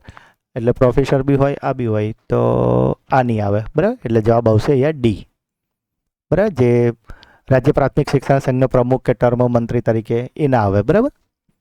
ગુજરાત શૈક્ષણિક કાયદા સુધારા વિધેયક 2010 મુજબ મુંબઈ પ્રાથમિક શિક્ષણ અધિનિયમ 1947માં સુધારો કરેલ છે. તો આ સુધારા પ્રમાણે આ નિયમને કયા નામાભિધાનથી ઓળખવામાં આવશે? તો મિત્રો, પહેલાં તો એને મુખ્ય અધિનિયમ જ કહેતા હતા, પણ અત્યારે આ કહેવાશે સ્ટેચ્યુટ. એક નીતિ વિશ્લેષક કહે છે કે પ્રાથમિક શિક્ષણ અધિનિયમ 1947 21 એની પૂર્વ ભૂમિકા. તો હા, સાચી વાત છે, કારણ કે શિક્ષણને ફરજિયાત અને રાજ્યની જવાબદારી બનાવાયું છે. મિત્રો, વિડીયોને લાઇક કર્યો છે કે નહીં કર્યો? કરી લેવાનું યાર, બરાબર. કારણ કે મફતમાં તમે છે ને રીલ્સ જોમ ટાઈમ બગાડો છો. હું તમને કંઈ કામનું શીખવાડું છું, અને જ્યારે તમારે આવું કામનું શીખવું હોય તો મોટા મોટા ક્લાસીસવાળા તમે મોટી મોટી ફીઓ લો છો. તો મિત્રો, એવું નહીં કરવાનું, બરાબર. ફ્રીમાં તમને કોઈ સારું આટલું દિલથી શીખવાડતું હોય તો એટલીસ્ટ સબસ્ક્રાઈબનું બટન તો દબાવવું જોઈએ, અને લાઇકનું બટન. ફરજિયાત પ્રાથમિક શિક્ષણનો પ્રબંધ કરવા માટે સ્કૂલ બોર્ડમાં ફરજ કોણ બજાવે છે? તો ફરજિયાત પ્રબંધ કરેલો વહીવટ એટલે વહીવટી અધિકારી, ઓકે. આરટી 2009 પ્રાથમિક શિક્ષણમાં પ્રવેશ અપાયેલ 14 વર્ષ પછી મફત પ્રાથમિક શિક્ષણ મેળવવાનો હક કઈ જોગવાઈમાં છે? તો 2માં તો આપણે ખબર શીખવાડ્યું હતું કે 1માં વ્યાખ્યા અને 2માં 1માં ટૂંકી સંજ્ઞા અને બીજામાં વ્યાખ્યા હોય. એટલે અહીંયા આવે કલમ 4. આરટી એક્ટ 2009 મુજબ કોઈ વ્યક્તિ માન્યતા પ્રમાણપત્ર વગર શાળા ચલાવે તો તેને 1 લાખનો દંડ કરી શકાય છે. આ પણ આપણે આરટીના પીરિયડમાં ખૂબ જ ડિટેલમાં ભણાવ્યું હતું, અને જેણે આપણો વિડીયો જોયો છે ને એનું 100% સાચું જ થયું હશે. કારણ કે કલમ 16 એમાં તો શું આવશે? નાપાસવાળો નિયમ આવી જશે. કલમ 13 તો ઇન્ટરવ્યૂ આવી જશે, એટલે એ જવાબ આવશે કલમ 18, બરાબર. એ જવાબ આવશે કલમ 18. આરટી એક્ટ 2009 મુજબ કલમ 21 મુજબ એસએમસીની રચના કરવામાં આવે તો 25% સભ્યોમાંથી એક સભ્યની એસએમસી અધ્યક્ષને નિમણૂક કરવાની. તો તે કયો જ? તો મિત્રો, જો આ જે સ્થાનિક કડીઓ છે ને એ તો મરજિયાત હોય, એટલે 25% ના કહેવાય. 25% એટલે 12માંથી ગણવાનું. આ તો +1 થઈ જાય એટલે 13 થઈ જાય, બરાબર. એટલે આ તો નહીં જ આવે. શાળાનો શિક્ષક બી નહીં હોય, સ્થાનિક સત્તાતંત્રના સભ્ય આવે મિત્રો, કારણ કે આ સ્થાનિક શિક્ષણવિદ છે ને એ તો છે ને વાલીઓ સિલેક્ટ કરશે. અને એક ભાઈ પોતાની પુત્રીને ધોરણ 3માં પ્રવેશ અપાવવા માટે એક ખાનગી શાળામાં જાય છે અને ત્યાં બાળકની ચકાસણી, ઓકે, આ ઇન્ટરવ્યૂ લેવાની વાત આવી. તો આરટી એક્ટની 2009ની કલમ 13, એમાં ઇન્ટરવ્યૂ નહીં લેવાનું. 14માં તો ઉંમરની સાબિતી આવે, બરાબર. અને 15માં એને પ્રવેશ યાદ છે ને, 5 અને 15 એવું કરાવડાવ્યું હતું તમને. એકમાં જતા નહીં રોકવાનો, એકમાં આવતા નહીં રોકવાનો, બરાબર. એટલે એ વાત કરી છે ઇન્ટરવ્યૂની, એટલે 13 આવશે. આરટી એક્ટ 2009માં બાળકના શિક્ષણના હક, દેખરેખ અને નિયંત્રણ માટેની સત્તા કઈ છે? તો મિત્રો આ તો છે NCPCR, નેશનલ કાઉન્સિલવાળી. આ છે બાળકનું રક્ષણ, તો રાજ્ય આયોગ, એટલે આ GSPCR છે. અને આ રેપા હશે. તો મિત્રો એ જવાબ આવશે રાષ્ટ્રીય સલાહકાર પરિષદ. આરટી 2009ની કલમ 9 મુજબ સ્થાનિક સત્તાતંત્રની ફરજ કઈ છે? તો પોતાના ક્ષેત્ર અધિકારની અંદર રહેતા 14 વર્ષની ઉંમરના રેકોર્ડ નિયત કરવી આવશે. મકાન, સ્ટાફ, ભણવાની સામગ્રી એ પણ પાડી પડશે. તાલીમ સગવડ પૂરી પાડશે. શૈક્ષણિક કેલેન્ડર તો ઉપરથી નક્કી થઈને આવે છે, બરાબર. એટલે મિત્રો મારા મત મુજબ અહીંયા જવાબ 1, 2, 3 એ સાચા હોવો જોઈએ. બાળકોને મફત અને ફરજિયાત શિક્ષણનો અધિકાર 2009 હેઠળ શિક્ષક માટે અઠવાડિયાના તૈયારી કરવાના કલાકો, તો મિત્રો આ પણ આપણે યાદ છે ને, વિડીયોમાં આપણે કરાવ્યું હતું જ, 45 કલાક. બોલો, આ જવાબ આપણા સબસ્ક્રાઈબર મિત્રોએ 1 જ સેકન્ડમાં ટીક કરી દીધો હશે. જ્યારે તમે આવી રીતે 1 સેકન્ડમાં જવાબો તમને ફટાક દઈને આવડી જાય ને, એટલે તમારો પાછળ ટાઈમ ના ખૂટે, બરાબર. એટલે આપણા સબસ્ક્રાઈબર મિત્રોમાંથી તો મોટાભાગના લોકોનું પેપર પત્યું હોવું જોઈએ. ધોરણ 1 થી 5ની શાળામાં કુલ 201 બાળકો અભ્યાસ કરે છે, તો મુખ્ય શિક્ષક સહિત પૂછ્યું જોઈએ. જો આવા પ્રશ્ન પૂછ્યા, આમાં ટ્વિસ્ટ ખાઈ જાવ તમે. તો મિત્રો જો 1 થી 5નો રેશિયો કહે તો 30નો હતો, એટલે 30 એ 1 ટીચર, 60 એ 2 ટીચર, 90 એ ત્રીજો ટીચર, 120 એ 4 ટીચર. પણ પછી મિત્રો છે ને એ રેશિયો સીધો જમ્પ મારે કે 200 સુધી 5 ટીચર થઈ જાય. પણ અહીંયા કેટલા કીધા? જો 201 લખ્યું છે ઉપર, એકડો વધારી દીધો, એટલે સીધો 200 ઉપર ગયો, એટલે 5ના કેટલા થઈ ગયા? 6 ટીચર થઈ ગયા, બરાબર. પણ 6 ટીચર છે, પણ અહીંયા જો એક શબ્દ આપણે મુખ્ય શિક્ષક સહિત પૂછ્યું છે, તો 6 ટીચર તો આ અને પ્લસ એક મુખ્ય શિક્ષક, એટલે જવાબ થઈ જાય 7 આવે. બાળકોને મફત અને ફરજિયાત શિક્ષણનો અધિકાર અધિનિયમ 2009ની કલમ 26 મુજબ શાળામાં શિક્ષકોની મંજૂર કરેલ કુલ સંખ્યાના કેટલા ટકા કરતાં વધુ ખાલી ન રહેવી જોઈએ? તો 10%. 10%થી ઓછું ના રહેવું જોઈએ, તો બરાબર છે. આ બધું આપણે ડિટેલમાં ભણાવ્યું સાહેબ, બરાબર. જેણે જોયું હશે ને એ ફાવી ગયા છે. શાળા વ્યવસ્થાપન સમિતિ દ્વારા શાળા વિકાસ પ્લાન, એટલે કે SDP, બરાબર, સ્કૂલ ડેવલપમેન્ટ પ્લાન બનાવવા માટે કઈ બાબત આધારનું કામ કરે છે? આયોજન ને અનુદાન. શિક્ષકની લાયકાત નિર્ધારિત ધોરણથી ઓછી હોય અને ત્યાં કોઈ શિક્ષકની ટ્રેનિંગ આપવાની સંસ્થા ના હોય, તો આ કોણ એની લાયકાત ઓછી કરી શકે? તો આ તો બધું કેન્દ્ર સરકાર જ કરે ને, બરાબર. નવ ભારત સાક્ષરતા કાર્યક્રમનું નામ જણાવો. ઉલ્લાસ, આ તો બધાને જ આવડ્યું હશે, વાંચ્યું ના તો બી આવડે. અહીં બહુ મસ્ત પ્રશ્ન હતો આજો. આરટી એક્ટ અધિનિયમના નીચેના વિધાનની ચર્ચા કરો. આનું છે ને આપણે આપણા વિડીયોમાં આખું ટેબલ દોરીને એકદમ ડિટેલમાં સમજાવ્યું હતું. તમને યાદ જ હશે કે ધોરણ 1 થી 5 માટે 200 કલાક, 200 દિવસ અને 800 કલાક છે, અને પહેલામાં 220 દિવસ અને 1000 કલાક છે, બરાબર. આવું મેં શીખવાડ્યું હતું. હવે તમે જુઓ, અહીં 200 દિવસ તો બરાબર છે, બરાબર, અને 800, એટલે આ તો સાચું થઈ ગયું. અહીંયા જુઓ 220 દિવસ ને 800 છે ને, તો અહીંયા આ ખોટું છે. અહીં 220 ના, અહીં 200 જ આવે, એટલે બીજું વિધાન ખોટું. 6 થી 8માં 200 ના આવે, 220 આવે, એટલે આ વિધાન ખોટું. અને અહીંયા 220 તો કર્યું છે, પણ સામે કલાક જો ઘટાડી દીધા છે, અહીંયા 1000 આવવા જોઈએ, એટલે અહીંયા આ ખોટું લખ્યું છે, અહીંયા આ ખોટું લખ્યું છે. એટલે માટે આપણો સાચો જવાબ શું આવશે? ફક્ત એક સાચું છે. આરટી એક્ટ એમ્બેડમેન્ટ બાબતે નીચેના વિધાનો વિચારો, બરાબર. તો 2017 સુધારાથી શિક્ષકોની લાયકાત મેળવવાની મર્યાદામાં વધારો કરાયો છે, એ સાચું છે. ધોરણ 8માં નો ડિટેન્શન પોલિસી, ના 8માં નથી, આ ખોટું છે. કારણ કે 5 અને 8માં નો ડિટેન્શન, એટલે કે નપાસ જે પેલી આવી હતી ને, નપાસ નહીં કરવાની, એ કેન્સલ થઈ ને, એ નો ડિટેન્શન પોલિસી રદ થઈ ગઈ. હવે નપાસ કરી શકાશે, એટલે આપણું આવશે 1 અને 3 સાચા. સામૂહિક ક્રિયાત્મક સાક્ષરતા યોજના, એટલે કે ઈચ વન ટીચ વનનું આયોજન ક્યારથી શરૂ કર્યું? તો મિત્રો આ થયું છે 1 મે 1984થી, બરાબર. આ થોડો ગોખણીય પ્રશ્ન કહેવાય, જેને બહુ ડિટેલમાં વાંચ્યું હોય એને જ આવડે. ગુજરાત સરકારે 50% કરતાં ઓછી સ્ત્રી સાક્ષરતા ધરાવતા દરેક જિલ્લા માટે કયો કાર્યક્રમ? તો જો સ્ત્રી આવી એટલે સરસ્વતી, એ રીતે આપણે છે ને તૈયાર કરાવડાવ્યું હતું, બરાબર. આપણા વિડીયોમાં નહીં કરાવી, પણ જે લોકો મારી જોડે નોર્મલ ઓફલાઈન બી જે વાતચીતો અમારી જોડે થતી હોય ને એમને અમે વાત કરેલી હતી કે ટ્રીક આપી હતી કે સ્ત્રીઓ આવે તો આપણે કોઈ દેવીને યાદ કરવાના આપણે. રાજ્યમાં સરેરાશ કરતાં ઓછો સાક્ષરતા દર હોય તો મહિલાઓ માટે 60% કરતાં ઓછો હોય તેવા જિલ્લામાં કાર્યક્રમ કયો છે? તો નવ ભારત સાક્ષરતા કાર્યક્રમ. સાક્ષર ભારત કાર્યક્રમના મુખ્ય હેતુઓ કયા છે? તો કાર્યાત્મક સાક્ષરતા, કૌશલ્ય વિકાસ, ત્રણ આવશે મિત્રો. રાષ્ટ્રીય શિક્ષણ નીતિ, વાહ, આ પ્રશ્ન તો બધાને આવડ્યા હશે. રાષ્ટ્રીય શિક્ષણ નીતિ એનઈપી મુજબ વિદ્યાર્થી શિક્ષક ગુણોત્તર કેટલો રખાશે? સામાન્ય શાળામાં 25:1 ઓછો? ના, સામાન્ય શાળામાં 30:1 આવે. અને સામાજિક આર્થિક રીતે વંચિત વિદ્યાર્થીઓ 20:1? ના, સામાન્ય શાળામાં 30:1 અને વંચિતમાં 25:1 આવે. એટલે આમાં આવે 1 કે 2, બંનેમાંથી એક પણ નહીં. મૂળભૂત સાક્ષરતા અને સંખ્યા જ્ઞાન માટે ઉચ્ચ ગુણવત્તાવાળા સંસાધનો ડિજિટલ પ્લેટફોર્મ દીક્ષા ઉપર ઉપલબ્ધ કરવામાં આવશે. આ દીક્ષાનું આઈ એટલે શું? તો મિત્રો, આ દીક્ષાનું પૂરું નામ થાય digital infrastructure for knowledge sharing, એટલે ઇન્ફ્રાસ્ટ્રક્ચર. આપણે તો તમને પૂરું નામ બી તૈયાર કરાવ્યું છે, બરાબર. એટલે આમાંથી તો એક ટુકડો પૂછ્યો એટલે આવડી જશે. MHRD અંતર્ગત એક પ્રમાણભૂત નિર્ધારક સમિતિના રૂપમાં એક રાષ્ટ્રીય મૂલ્યાંકન કેન્દ્ર સ્થાપિત કરવામાં આવેલ છે. તે કયા નામે ઓળખવામાં આવશે? તો પરખ. એનું પૂરું નામ પણ આપણે તમને તૈયાર કરાવડાવ્યું હતું, 5 વાર બોલાવડાવ્યું હતું, યાદ છે ને? Performance assessment review and analysis of knowledge four holistic development, INT એટલે નેશનલ ટેસ્ટિંગ એજન્સી. અને આ દીક્ષાનો હમણાં વાત કરીએ. NEP 2020 મુજબ શિક્ષકોને બઢતી આપવા માટે કઈ બાબતો ધ્યાનમાં લેવામાં આવશે? સેવાની ગુણવત્તા, ઓબ્વિયસલી. આ બધા તો એવા પ્રશ્ન વાંચ્યા ના તો એ કોમન સેન્સથી બી આવડી જાય. NEP 2020 મુજબ કેન્દ્ર સરકાર અને રાજ્ય સરકાર શિક્ષણ ક્ષેત્રે રોકાણ વધારવા માટે GDPના કેટલા ટકા? તો 6%. આ ત્રણ જે શિક્ષણ નીતિ આવી બધામાં 6%ની ભલામણ હતી જ, પણ એટલો વપરાતો નહોતો અને આજે બી 6% જ રખાયું છે. નવી શિક્ષણ નીતિ 2020 મુજબ ધોરણ 1માં બાળકો શાળા માટે તત્પર બને તે માટે કઈ પ્રવૃત્તિ કેટલા માસની? 3 મહિના એમને તૈયાર કરવાના છે. NEP 2020 અનુસાર બોર્ડ પરીક્ષાને અનુકૂળ વધુ ક્ષમતામૂલક બનાવી, એ સાચું છે. NEP માધ્યમિક શિક્ષણ મલ્ટિપલ એન્ટ્રી તો આની આવે, કારણ કે મલ્ટિપલ એન્ટ્રી મલ્ટિપલ એક્ઝિટ છે ને એ માધ્યમિકમાં ના આવે, એ હાયરમાં આવે, મતલબ યુનિવર્સિટીમાં નહીં બધામાં આવે.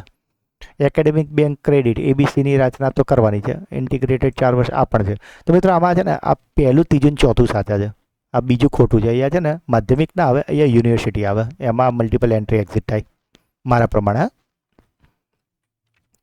NEP 2020 મુજબ વોકેશનલ એજ્યુકેશનનો લક્ષ્ય કેટલો રાખવામાં આવ્યો છે? તો વોકેશનલનો લક્ષ્ય 60% નહીં, એ 50% જ છે. ભારતના દરેક બાળકને વર્ષ 2030 સુધીમાં કયા પ્રકારનું પ્રારંભિક શિક્ષણ ગુણવત્તાવાળું? જો આ બી એવો કોમન સેન્સવાળો પ્રશ્ન. આપણે એનસીએફના લેક્ચરમાં ખબર આવી બધી ટેકનિક આપી હતી તમને, કે જે આદર જવાબને ટીક કરવાનું, આ બધું ઘણું બધું કીધું હતું.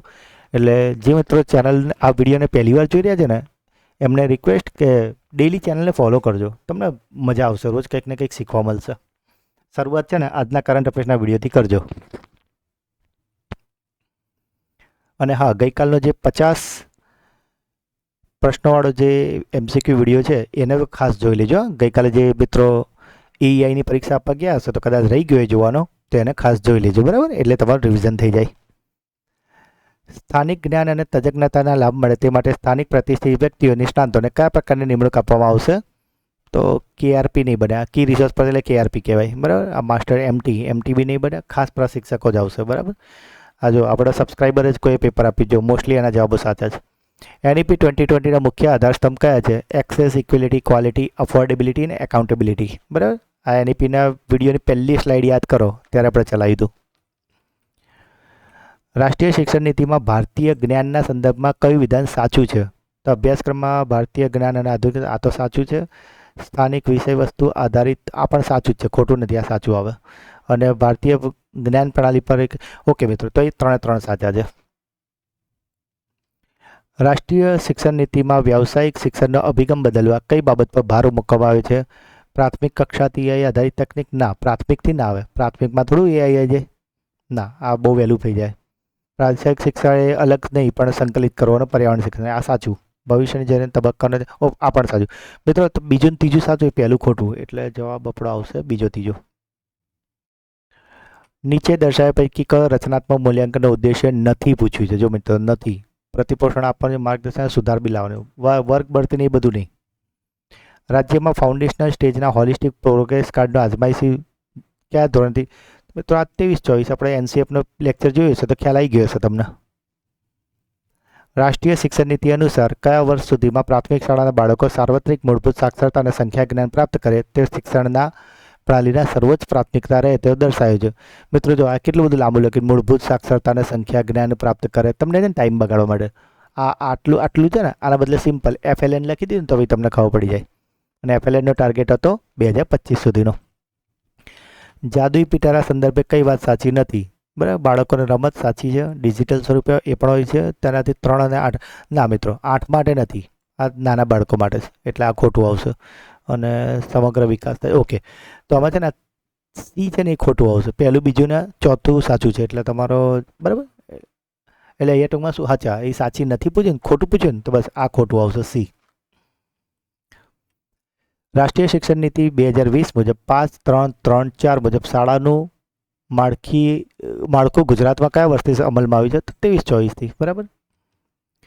રાષ્ટ્રીય શિક્ષણ નીતિ 2020માં શાળામાં વ્યવસાયિક ગુણવત્તા માટેના માનાંકો નક્કી કરવા માટે SSA state school standard authority. સ્વયં શું છે? તો સ્વયં તો એક ડિજિટલ ઇન્ડિયા પ્લેટફોર્મ છે, સાચી વાત છે. ભારત સરકારનું મફત ઓનલાઈન એ પણ છે. 9થી અનુસ્નાતક, ઓકે, મારા મત મુજબ 1 2 3 ત્રણે સાચા છે. સમગ્ર શિક્ષા યોજના અંતર્ગત શું વિચારો? ઓકે, તો મિત્રો પહેલાં છે ને આનું સમગ્ર શિક્ષા અભિયાન હતું, બરાબર. આ સર્વ શિક્ષા અભિયાન હતું. પછી આનું નામ સમગ્ર શિક્ષા કેમ કર્યું? કારણ કે પછી અંદર SSA RMS અને ટીચર એજ્યુકેશન બધું મિક્સ કર્યું, એટલે જે સર્વ શિક્ષા અભિયાન હતું ને એમણે સમગ્ર શિક્ષા કર્યું, અભિયાન કાઢી નાખ્યું હતું. એટલે પહેલું સાચું આવશે. પહેલાં છે ને 6 થી 14 વર્ષના હતા, હવે 3 થી 18, એટલે આ પણ સાચું છે. પ્રાથમિકથી લઈને ઉચ્ચ શિક્ષણ, ના ઉચ્ચ શિક્ષણ નહીં આવતું, યુનિવર્સિટી હજુ આમાં નથી આવતું.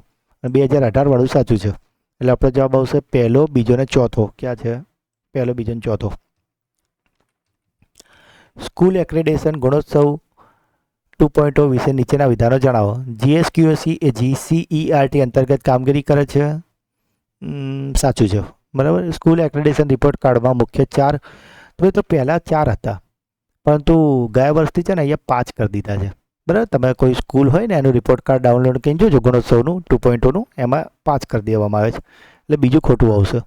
અને 2008માં નથી થઈ, આ 2009માં થઈ જાય, એટલે આ બી ખોટું, ખાલી પહેલું સાચું આવશે. મિત્રો ફરીથી પૂછું છું, વિડીયોને લાઇક કર્યો છે કે નહીં? બાકી હોય તો અત્યારે જ કરી દો, આપણે 1 સેકન્ડનો ટાઈમ આપું છું. અને ખાસ ઘણા મિત્રો આવે છે, આખો વિડીયો જોવે છે, ચેનલને સબસ્ક્રાઈબ કર્યા વગર જતા રહે છે. તો મિત્રો, જે વસ્તુ તમને 25-30 હજારની બેચો ખરીદીને પછી ભણાવવામાં આવે છે, એ તમને આટલું દિલથી ફ્રીમાં શીખવામાં આવે છે. તો એટલી સબસ્ક્રાઈબ તો કરો, જેથી કરીને નવા વિડીયો તમને ખ્યાલ આવે. અને મારો બસ એટલો જ ટાર્ગેટ છે કે એકદમ ક્વોલિટી એજ્યુકેશન તમને ફ્રીમાં મળે, બરાબર. તો એના માટે સબસ્ક્રાઈબ તો કરવી પડશે ને યાર, કરી દેજો. અને લાઇક ના કરીએ તો કરી દો. આ વિડીયોનો ટાર્ગેટ છે 500 લાઇકનો. ગુજરાત રાજ્ય પ્રાથમિક શાળા પાઠ્યપુસ્તક મંડળ બાબતે નીચેના વિધાન ચકાસો. તો આ સંસ્થાની સ્થાપના 1969, સાચું છે. આ પાઠ્યપુસ્તક નિર્માણનું કામ કરે છે. ઓકે મિત્રો, તમામ સાચા છે. IITE વિશે કયું વિધાન સાચું છે? Indian institute of teacher education, એનું પૂરું નામ છે, એ તો સાચું છે, બરાબર. રચના 2010. ઓકે, આ સંસ્થાનું મુખ્ય અમદાવાદ, ના મિત્રો આ ખોટું છે. અમદાવાદમાં નથી, આ ગાંધીનગરમાં જ. 4 વર્ષ ઇન્ટિગ્રેટ, ઓકે, આ સાચું છે. એટલે ટૂંકમાં ત્રીજું ખોટું છે, બરાબર. એટલે કઈ ગયો ઓપ્શન 1, 2, 4 સાચા. ચિલ્ડ્રન યુનિવર્સિટીની સ્થાપના 2009માં કરીએ, સાચું છે. એનું વડું મથક ગાંધીનગરના સેક્ટર 20માં આવ્યું છે, બી સાચું છે. એવરી ચાઇલ્ડ મેટર્સ, એ પણ સાચું છે. અને ચિલ્ડ્રન રિસર્ચ, ઓકે મિત્રો, ઉપરોક્ત તમામ સાચા છે. રાજ્ય શિક્ષણ ભવનની સ્થાપના કયા વર્ષે કરવામાં આવી છે? તો મિત્રો આમ તો આઈ થિંક આ 1961માં થઈ છે, પણ અહીંયા 61 નથી, તો આપણે નજીકનો જવાબ 1962 રાખીએ છીએ. શાળાના આસપાસના વિસ્તારમાં રહેલા 6 થી 14 વર્ષની બાળકોનું શાળામાં નામાંકન થાય, સ્થાનીકરણ થાય, બરાબર. શાળાને સુવિધા મળે એ જોવાનું કામ કોણ? સમગ્ર શિક્ષા SSAનું છે, BRCનું છે કે CRCનું છે? તો બધાનું જ છે ને, બધા જોવું પડે ને બધું, બરાબર. સ્કૂલમાં BRC CRC હોય ને એની વાત કરી છે, અને SSAની. પ્રાથમિક શાળા અસ્તિત્વમાં હોય તો અન્ય પ્રાથમિક શાળાની મંજૂરી આપતા પહેલે કેટલા ટકા વિદ્યાર્થીની ઘટ સહન કરવાથી અયોગ્ય હરીફાઈ કહી શકાય? 25%. 25%થી વધારે ઘટ ના થવી જોઈએ. વાર્ષિક બજેટમાં મંજૂર થયેલ નાણાંની ફાળવણી કયા સત્તાધીશ? તો આપણે મેં છે રજાના નિયમોમાં પણ જોયું હતું, આખરી નિર્ણય કોણ હોય? નાણાં વિભાગનો હોય. એટલે અહીંયા બધું જે પણ હોય ને નાણાં વિભાગનું જ આવે. ગુજરાત માધ્યમિક અને ઉચ્ચતર માધ્યમિક શિક્ષણ બોર્ડ ગાંધીનગરની અભ્યાસ સમિતિની મુદત કેટલા વર્ષની છે? તો અભ્યાસ સમિતિ 3 વર્ષની હોય. પીએમ શ્રી સ્કૂલનું પૂરું નામ આ તો બધાને જ આવડ્યું હશે, પણ એ ઓફ અને ફોરમાં કન્ફ્યુઝ થયા હશે અમુક, બરાબર. PM school four rising India. માધ્યમિક અને ઉચ્ચતરના કુલ નમો લક્ષ્મી યોજના કોને મળે? તો નમો લક્ષ્મી 50,000. આ કઈ રીતે મળે છે ને? 9 અને 10માં 20,000 અને 11 અને 12માં 30,000 અને 10 મહિને 9 અને 10માં દર મહિને 500 રૂપિયા અને 11-12માં 750 રૂપિયા. મિત્રો, જ્યારે આ યોજનાનું હમણાં જે છેલ્લો હપ્તો ગયો ને, તો એના વિશે આપણે કરંટ અફેર્સમાં ખૂબ જ ડિટેલમાં એને સમજાવી હતું, બરાબર. એટલે તમને રિક્વેસ્ટ છે અને હકથી કહું છું, કરંટ અફેર્સના વિડીયો તમારે જોવાના જ છે, બરાબર. કારણ કે ફાયદો તમને ચોક્કસ થશે, એ મને ખબર છે, ભલે ત્યાં તમને દેખાય કે ના દેખાય. નમો સરસ્વતી વિજ્ઞાન સાધના યોજનાનો લાભ કોને મળવાપાત્ર નથી? નથી કીધું ને તો GSHSB તો આવશે. એ બી GSAB અહીંયા સરકારી છે. ઓકે મિત્રો, આ CBSE વાળા ના લાગુ પડે, બરાબર. અર્લી ચાઇલ્ડહુડ કેર એજ્યુકેશન 0 થી 3 માં ગુણવત્તાયુક્ત શિક્ષણ આપવા માર્ગદર્શિકા અને સૂચનો કયા વિભાગ દ્વારા વિકસાવવામાં આવશે? તો મિત્રો જો 3 થી ઉપરનું હોય ને તો આપણું શિક્ષણ વિભાગ આવી જાય, પણ જે 0 થી 3 હોય ને એટલે મહિલા અને બાળ વિકાસ મંત્રાલય આવશે. ભારત સરકાર દ્વારા સમગ્ર શિક્ષાની મુદત વધારીને કેટલી કરાઈ છે? તો આ તો 31 માર્ચ 2026. વિદ્યાર્થીઓના માનસિક સ્વાસ્થ્ય અને કલ્યાણ સહાયતા પ્રદાન કરવાની પહેલ સ્વરૂપ કઈ યોજનામાં દાખલ કરવાની? તો મનોદર્પણ યોજના. આ બધું એવું છે ને કે તમે થોડું લોજિક લગાવો ને તો બી આવડી જાય. આ પેડાગોજી તો એવું હોય છે. NAS નેશનલ એચિવમેન્ટ સર્વે માટે શું ખોટું છે? તો પહેલું જ છે, જો ફક્ત સરકારી શાળાઓમાં ના હોય, પ્રાઇવેટ વાળાનું પણ થાય, એટલે આગળ વાંચવાની જરૂર જ ના પડે. પરખનું પૂરું નામ આ તો આપણા બધા વિદ્યાર્થીઓને 100% આવડ્યું હશે. Performance assessment review and analysis of knowledge four holistic development. મિત્રો, જો તમે ધ્યાનથી જોયું ને તો આપણા વિડીયો જેને જોયા તેને તો ફાયદો થયો જ હશે. છેલ્લે આપણે પેલો માસ્ટર સ્ટ્રોક બનાવ્યો હતો, ખબર, વિનિંગ શોટવાળો વિડીયો બનાવ્યો હતો 400 પ્રશ્નોવાળો. એમાંથી તો મોટા લોકોને ફાયદો થયો હશે, મોટાભાગના લોકોને. કારણ કે મેં ઘણા બધા જે આજે હું બધા સેન્ટર પર ગયો હતો ને, તો ઘણા બધા એવા હતા જેમને જોડે મેં વાત કરીને તો એવું જ કહેતા કે સાહેબ અમને રાતે જ આ ચેનલ વિશે ખ્યાલ આવ્યો છે, એટલે બધો તો ટાઈમ નહોતો, પણ આ વિડીયો જોયા ને એનાથી બહુ મોટો ફાયદો થઈ ગયો તમને, એવું કહેતા હતા. તો ચલો, સારી બાબત છે, કોઈને હેલ્પ થાય છે આપણા લીધે. NMMS પરીક્ષા સંદર્ભે નીચેના વિધાનો ચકાસો. પરીક્ષા ધોરણ 10 થી ધોરણ 8નો ડ્રોપઆઉટ ઘટાડવાનું સાચું છે, બરાબર. પાત્રતા ધરાવતા વિદ્યાર્થીઓને 9 થી 12 સુધી સ્કોલરશિપ મળે. 9 થી 12, હા બરાબર છે. એ બી બરાબર. 48,000 કંઈક આપે છે ને, 12,000 દર મહિને 1,000 રૂપિયા આપે, એટલે 4 વર્ષના 12 ચોક 48,000 રીતે આપે છે, બરાબર. SAT MAT એટલે ઓકે. તો આમાં ઉપરોક્ત તમામ આવશે મિત્રો. રાજ્ય શિક્ષણ ભવનની સ્થાપના, આ પ્રશ્ન બીજી વાર આવી ગયો લાગે છે. ઓકે, આ આખું પેજ જ બીજી વાર છે. આપણે કરાવી દીધું મિત્રો, આ તમને આ પણ કરાવી દીધું છે. બેક થઈ ગયું જ કેવું? ઓકે. રાણી લક્ષ્મીબાઈ આત્મરક્ષા પ્રશિક્ષણ બાબતે કયું વિધાન સાચું છે? તો જો મિત્રો, હવે બીજું બધું જોવાની જરૂર જ નહીં. તમે છે ને શબ્દો પરથી પકડવાનું ટ્રાય કરો. જિલ્લા શિક્ષણ કમિટીના અધ્યક્ષ જિલ્લા વિકાસ અધિકારી છે, જિલ્લા કક્ષાની કમિટીના અધ્યક્ષ જિલ્લા શિક્ષણ. તો તમે જો બાકીનો ઓપ્શન જોવાની જરૂર જ નહીં. આ બંને ઓપ્શન સેમ ટુ સેમ જાય છે, ખાલી અહીંયા ને અહીંયા ફરક છે. તેનો એટલે કાં તો આ સાચું હોય કાં તો આ સાચું હોય, એટલે કે આ બેમાંથી એક ખોટું હોય, બરાબર. તો અહીંયા શું કહે છે? આ અસંગત પૂછ્યું છે ને, તો મિત્રો આમાં આ આવશે અસંગત, કારણ કે જિલ્લા કમિટીના અધ્યક્ષ જિલ્લા શિક્ષણ અધિકારી હોય છે, બરાબર, મારા મત મુજબ. મિત્રો, આ કોઈ ઓફિશિયલ આન્સર કી નથી. આવું મારી નોલેજ પ્રમાણે જેટલું મને થોડું ઘણું આવડે છે એ પ્રમાણે ખાલી તમારા જોડે સોલ્વ કરું છું, બરાબર. ફાઇનલ આન્સર કી જે આવશે, પ્રોવિઝનલ આન્સર કી, તેમાં જે જવાબ હોય એને તમારે માન્ય રાખવાના છે. આ એક તમને ખાલી એક ઓવરવ્યૂ આવી શકે કે કેવું તમારું પેપર ગયું છે ને કેટલા માર્ક્સ થાય છે, બરાબર. બની શકે કે આમાં બી ઘણા બધા મારા પણ ખોટા હોઈ શકે છે, બરાબર, પણ લગભગ તમને એક અંદાજો તો આવી જ જશે, બરાબર. અહીંયા તમે જેટલા માર્ક્સ કાઢશો એની નજીકમાં જ તમારું મેરિટ બનશે. ગુજરાત શૈક્ષણિક સેવા ટ્રિબ્યુનલ અધિનિયમ 2006ની કલમ 9 મુજબ ટ્રિબ્યુનલની હકીકત 11માં અપીલ, 12માં અરજી અને 23માં તબદીલ. ઓકે, તો આવે તમામ. આપણે ખબર નમૂનો ઘ બતાવે તો તબદીલ કરવાનું. જે લોકો પહેલી વાર વિડીયો જોતા એમને એવું લાગતું હોય સાહેબ શું બોલ કરે વચ્ચે, પણ જે રેગ્યુલર વિડીયો જોયો એમને ખ્યાલ આવી ગયો હશે, કારણ કે એમને વિડીયો જોયો એટલે તરત મારું બોલતાની સાથે એ સ્લાઇડ મગજમાં આવી જતી હશે. અને મિત્રો, કોમેન્ટમાં તમારું જાણવું દીધું, ઘણા મિત્રો એવું લખ્યું હતું કે સાહેબ એક્ઝામમાં બી અમને તમારું એ સેન્ટેન્સ યાદ આવતું જે તમે લેક્ચર લેતી વખતે બોલો છો ને, લોડ નહીં લેવાનું, કે એ સેન્ટેન્સ ખાલી યાદ બી કરતા ને તો બી અમારે ત્યાંથી એકદમ રિલેક્સ થઈ જતા અને લાગતું જ નહોતું કે અમે 2 કલાકની આટલી મોટી પરીક્ષા આપીને આવ્યા છે. સારી બાબત કહેવાય, ગમ્યું. ટ્રિબ્યુનલ પોતાના નિર્ણયનું પુનરાવલોકન સંબંધિત નિર્ણય અને હુકમની તારીખથી કેટલી મુદ્દત પછી તો 2 વર્ષ પછી. આપણે ખબર આ મુદ્દો શીખવાડ્યો હતો, બહુ ખાસ હાઇલાઇટ કરીને કીધું કે 2 વર્ષ થઈ અને પછી આનું કોઈ પુનરાવલોકન ના થાય. હાલમાં ગુજરાત શૈક્ષણિક ટ્રિબ્યુનલનું વડ મથક અમદાવાદમાં છે. બરાબર. ગુજરાત આ બધા જ પ્રશ્નો મિત્રો આવી ગયા છે. એક મિત્રોએ તો એવું પણ કમેન્ટ કરી કે એમ કે સર તમે તો પેપર નહીં કાઢ્યું ને. ના ના, આપણે નથી કાઢ્યું, પણ આપણે બધું જ તમને ચલાવ્યું છે ડિટેલમાં, ટુ ધ પોઈન્ટ કાઢીને, એટલે તમને ફાયદો થયો છે. ગુજરાત શૈક્ષણિક સંસ્થા સેવા ટ્રિબ્યુનલ અધિનિયમ 2006 અનુસાર શૈક્ષણિક સંસ્થાઓમાં નીચેના પૈકી કોનો સમાવેશ થાય છે? તો મિત્રો મને આ જવાબમાં છે ને અહીંયા મને થોડી ભૂલ લાગે છે, એઝ પર મારા પ્રમાણે કહું છું. કારણ કે પ્રાથમિક શાળા આવે, માધ્યમિક ને ઉચ્ચતર શાળા આવે. હવે જ્યાં સુધી મારું નોલેજ છે ને ત્યાં સુધી યુનિવર્સિટી અને આઈટીઆઈ ના આવે. બરાબર. પણ અહીંયા ફક્ત એ ને બે, 1 અને 2નો ઓપ્શન એ દેખાતો નથી, એટલે એ થોડું કન્ફ્યુઝન થાય છે મને. બરાબર. કારણ કે મને જ્યાં સુધી ખ્યાલ છે ત્યાં સુધી આઈ થિંક આ નહીં આવતું યુનિવર્સિટી આઈટીઆઈ. તો બી આપણે નજીકના જવાબમાં અત્યારે 1, 2, 3 રાખીએ. બરાબર. ગુજરાત શૈક્ષણિક સંસ્થા સેવા ટ્રિબ્યુનલના આદેશ સામે કઈ અદાલતમાં અરજી કરી શકાય છે? તો મિત્રો આપણે ખબર છે ને કે આ જે કોર્ટ હોય ને દીવાની કોર્ટની સમકક્ષ હોય, એટલે દીવાની તો જવાય જ નહીં, પછી તમારે એનાથી ઉપરના લેવલ પર વડી અદાલતમાં જવું પડે. ગુજરાત શૈક્ષણિક સંસ્થા સેવા ટ્રિબ્યુનલમાં નીચેના પૈકી કોને અરજી કરવાનો અધિકાર નથી? તો શિક્ષકો તો જઈ શકે, આચાર્યને અન્યાય થાય તો બી જઈ, સેવક એટલે વર્ગ 4ના સંચાલક મંડળ ના જઈ શકે. જો કઈ ના આવી શકે ને એ જુઓ ને તો એ સાચો જવાબ ખબર પડી જાય તમને. સહકારની પૂર્વ મંજૂરી લઈને ટ્રિબ્યુનલ એક્ટની જોગવાઈ પ્રમાણે અસરકારક કાર્યવાહી અને કાર્યના નિકાલ માટે કયા આધાર બનાવી શકે? નિયમો.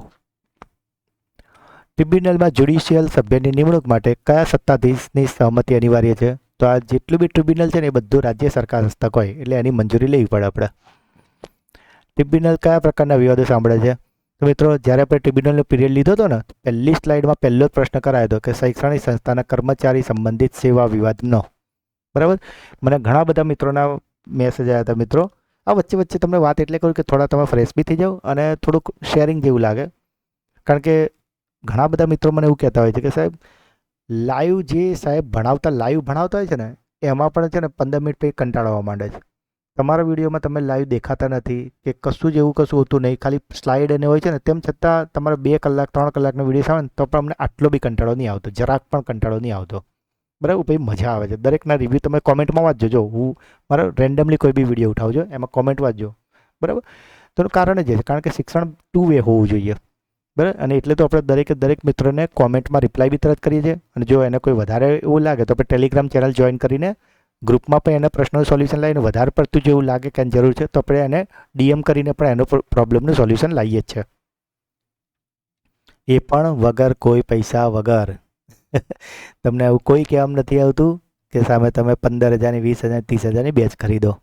બસ એટલું જ છે કે તમે રોજ જુઓ યાર, કારણ કે જોશો તો જ આવડશે ને. આટલી મહેનત કરું તમારા માટે તો તમે વિડીયો નહીં જોતા યાર. પછી પેલું કહે ને કે મફતનું મળે એટલે વેલ્યુ ના હોય. કારણ કે મને ઓલરેડી અત્યારે એટલા બધા મોટા ક્લાસીસોની ઓફર અને એટલા સારા પેકેજ ઓફર કરે છે ને, પણ પછી મને ઘણીવાર વિચાર આવે છે કે અત્યારે આ સ્ટુડન્ટોને આટલું કહું છું કે સાહેબ લાઇક કરો, સબસ્ક્રાઈબ કરો, નથી કરતા. હવે કાલે ઉઠીને કોઈ ક્લાસીસમાં જઈશું ને ત્યાં 25,000 30,000 ફી ભરશે ને, પછી ત્યાં લાઇક બી કરશે ને કોમેન્ટ બી કરશે. જબરું કહેવાય. ટ્રિબ્યુનલ સમક્ષ પ્રશ્ન ઉઠે છે કે સિવિલ કોર્ટ જેવી શક્તિ વાપરી શકે કે નહીં, તેના સંદર્ભમાં કઈ શક્તિ ટ્રિબ્યુનલ પાસે? ઓકે. તો મિત્રો આજે ટ્રિબ્યુનલ છે ને એક જાતની કોર્ટ જ છે, એટલે સાક્ષી બી બોલાવી શકે, દસ્તાવેજ માંગી શકે, શપથ નિવેદન, ઓકે, ઉપરોક્ત તમામ આવશે મિત્રો. આ બધું જ આપણે ચલાવ્યું મિત્રો. આપણા જેના વિડીયો જોયા છે ને એને બોલો ચેલેન્જ. ખબર હું તમને કહેતો હતો કે તમે આટલા 8 ટોપિક કરીને જાઓ, તમે આરામથી બેટિંગ કરશો. બરાબર. એવું નથી કે પૈસા ખર્ચો તો જ નોલેજ મળે. બસ અંદરથી આપણને એક લેકિન ભૂખ હોવી જોઈએ નોલેજ મેળવવાની, તો બધેથી મળી જાય. ગુજરાત મુલ્કી સેવા રજાના નિયમો 2002 નિયમ 46(9) મુજબ સામાન્યતઃ એક અંગ્રેજી વર્ષમાં કેટલી વખત પ્રાપ્ત રજા? તો પ્રાપ્ત રજા 3 વર્ષમાં. હમણાં જ આપણે રજાનો નિયમનો વિડીયો બનાવ્યો હતો છેલ્લે જ. એક સરકારી કર્મચારી સમગ્ર નોકરી દરમિયાન કેટલી બિનજમા રજા માંડ્યું છે? તો મિત્રો જો પ્રાપ્ત રજા હોય તો 300 હોય અને બિનજમા હોય તો 360 હોય.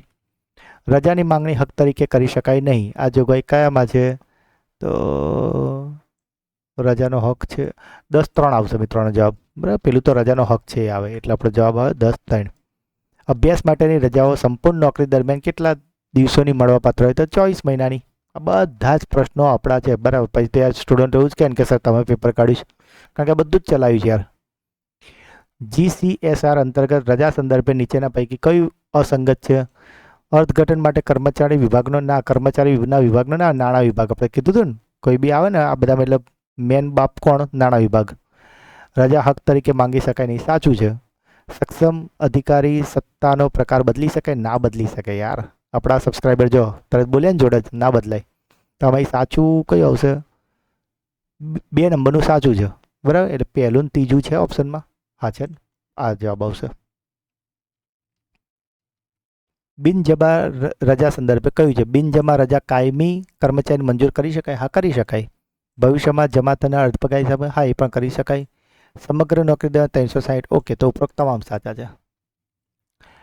પ્રસૂતિ રજા માટે 2 થી વધુ જીવિત બાળકો ન હોય તો? બરાબર. આ બધું જ આપણે પ્રસૂતિ અને પિતૃત્વ બધી રજા વિશે આપણે સમજાવ્યું હતું તમને.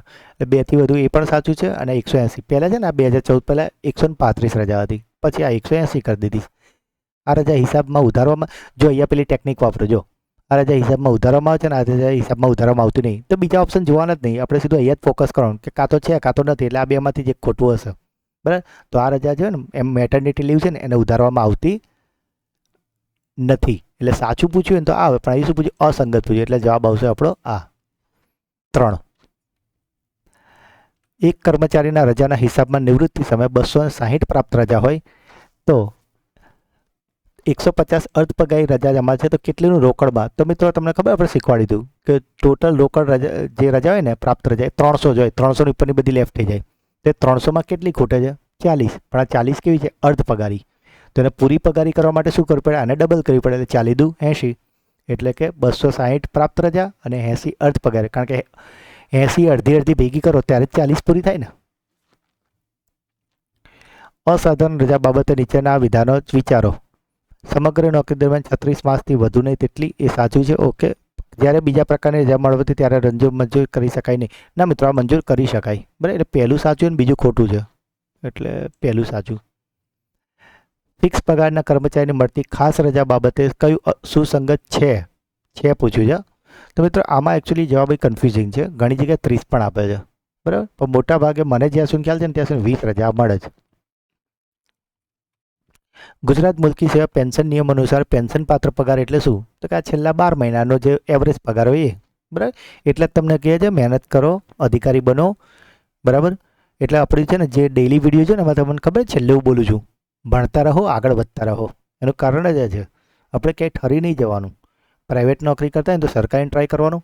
સરકારી ટીચર બની જાઓ તો કેનીનો ટ્રાય કરો, કેની બનો તો પછી ઠરી નહીં જવાનું. પછી ટીપીઓનો ટ્રાય કરો, ટીપીઓ, પછી ડીપીઓ, પછી GS1-2 નિયામક. લાઈફમાં આગળ જ વધતા જાઓ. માન લો તમારો છેલ્લો પગાર જે તમારું પેન્શન ને બધું આવવાનું હોય છે ને, માન લો પેન્શન અત્યારે નહીં આવતું, તો તમારું જે પણ છેલ્લી રકમો બધી આવવાની છે ને, એ છેલ્લા વર્ષના પગારના એવરેજના આધારે બધું થતું હોય છે. જો તમે છેલ્લે ક્લાસ 1 બનીને રિટાયર થયા હશો ને, તો તમારી 3 થી 4 પેઢી તરી જશે, બરાબર. એટલે અત્યારે થોડો ઉજાગરા કરી લો, એમ કે સરની વાત માનો, બરાબર. મારા જેટલા પણ વિડીયો મુકાય છે ને એને બધાને ધ્યાનથી જુઓ. એટલા માટે નહીં કહેતો કે તમે, બરાબર, કે મારા માટે, પણ એટલે કે 100% ફાયદો થશે યાર. તમે જેવા તેવા વિડીયોમાં ટાઈમ બગાડો છો. એટલે સારો વિડીયો હોય ને એટલે તમને સજેસ્ટ કરું છું, બરાબર. પણ પછી મેં કીધું ને હમણાં એ રીતે, કાલે ઉઠીને મારો જ વિડીયો પેએબલ થઈ જશે ને તો તમે બધા જ આવશો એમાં. અને એ વખતે કદાચ એવું કહેશો કે સાહેબ અમારી, બરાબર, મતલબ અમે નથી ભરી શકતા, તો તમે મતલબ કરો, મતલબ ફ્રીમાં અમારા માટે લેક્ચર લો, વોટ એવર આ તે, બરાબર. આપણે ફ્રીમાં જ લેવાના છે તમારા માટે, બરાબર. પણ સામે યાર તમે લાઈક, કોમેન્ટ અને સબસ્ક્રાઈબ તો દબાવતા નથી. દબાવો ને યાર. ચલો નેક્સ્ટ. સરકારી કર્મચારીને કયા સંજોગોમાં સરકારી સેવામાંથી ફરજિયાત નિવૃત્ત કરવામાં આવશે? ઓકે, એ 58 વર્ષ કે 60 વર્ષના થાય એટલે ખબર છે, પણ રિટાયર કરી દે. જે બી નક્કી કર્યું હોય ને, ક્લાસ 4 માટે 60 વર્ષ કર્યા છે આઈ થિંક, અને બાકીના માટે 58 વર્ષ હોય છે. ગુજરાત મુલ્કી સેવા પેન્શનના નિયમ અનુસાર સરકારી કર્મચારીને વર્ષની પેન્શન પાત્ર સેવા પૂરી કરવા માટે કેટલા? 10 વર્ષની જોઈએ મિનિમમ. ઇઝી હતો આ તો.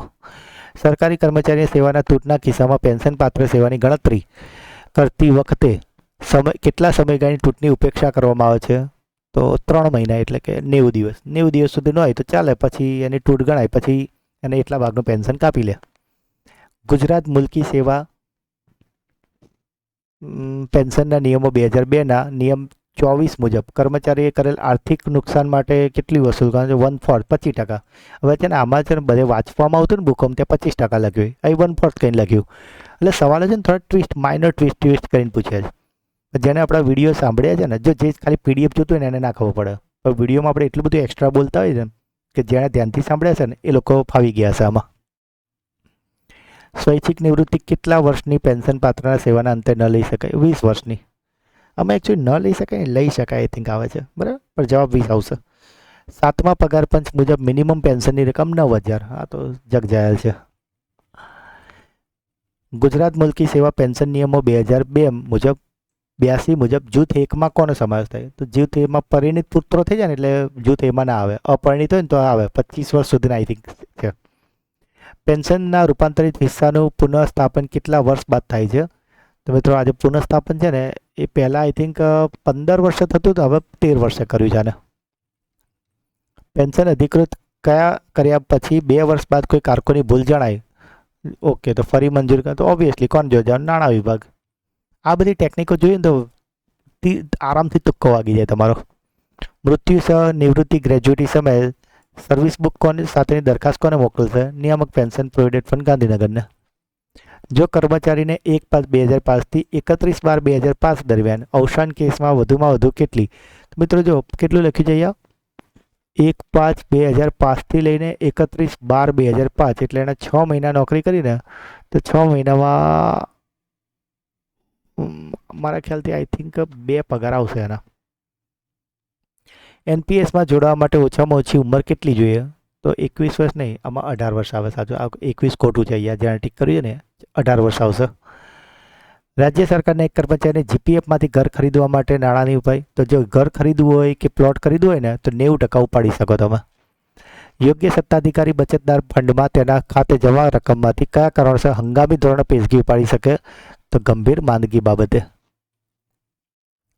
નવી વર્ધિત એનપીએસ હાલના નિયમો અનુસાર મૂળ પગાર અને મોંઘવારી ભથ્થાના 10% સામે રાજ્ય સરકાર કેટલો આપે? તો અત્યાર સુધી 2022 સુધી 10% હતો, પણ હવે આજ કરી દીધો છે 14%.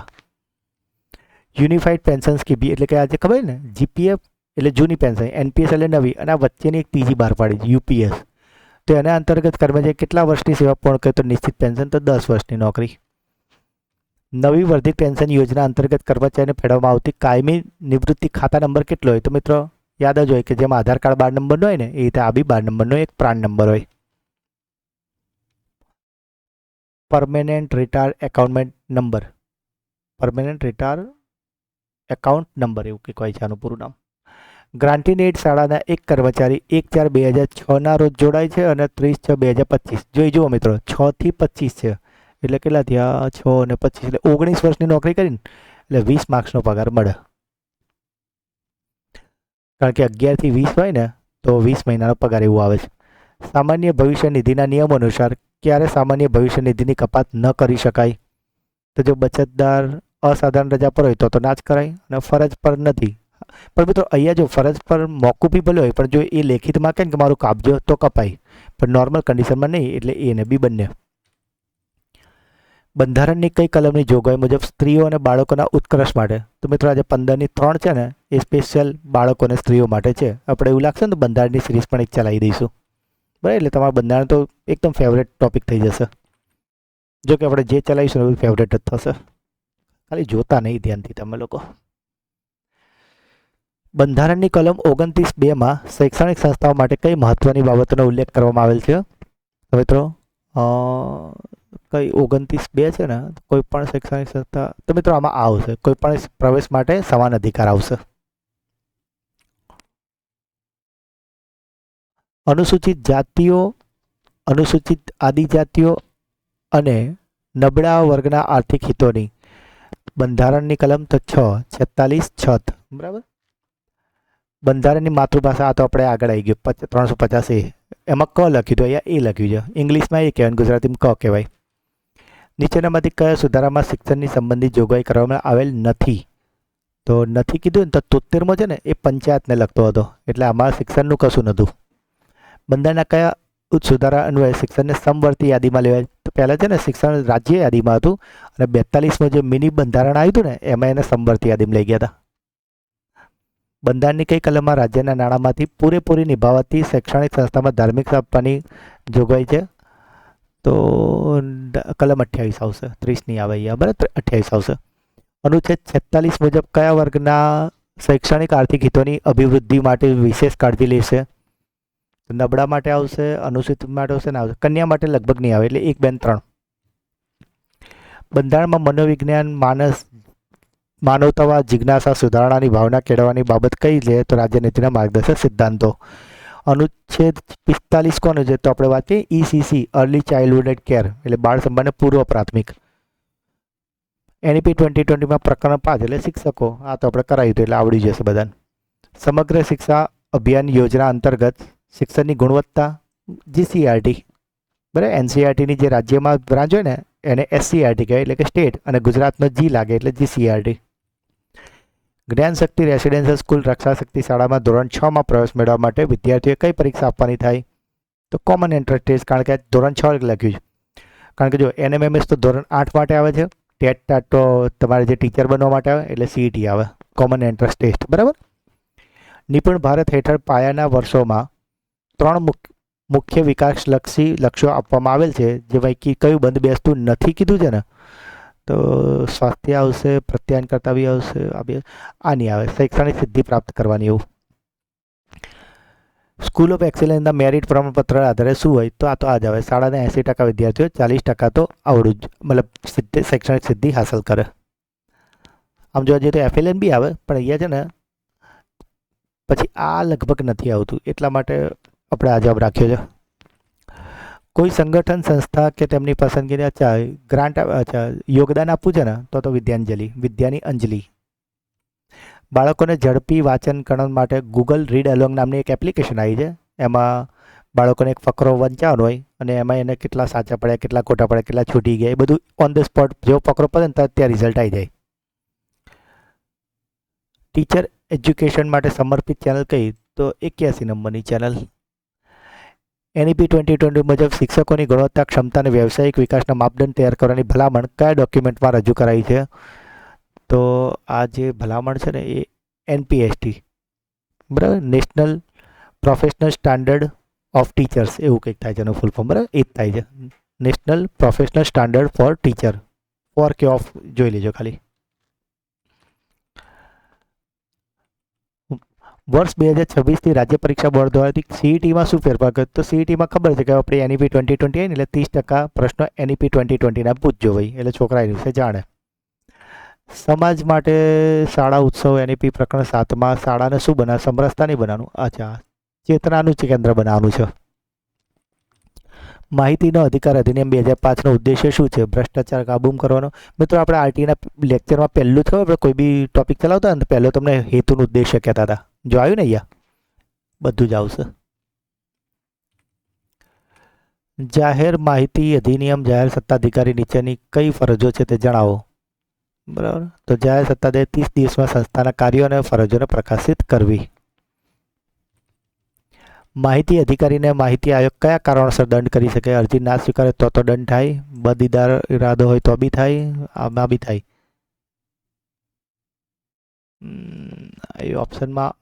એ ઓપ્શન ડી છપાયો નથી, પણ અહીંયા એવું જશે ઓપ્શન ડી, ઉપરોક્ત તમામ, એટલે આ બધું જ આવે. કારણ કે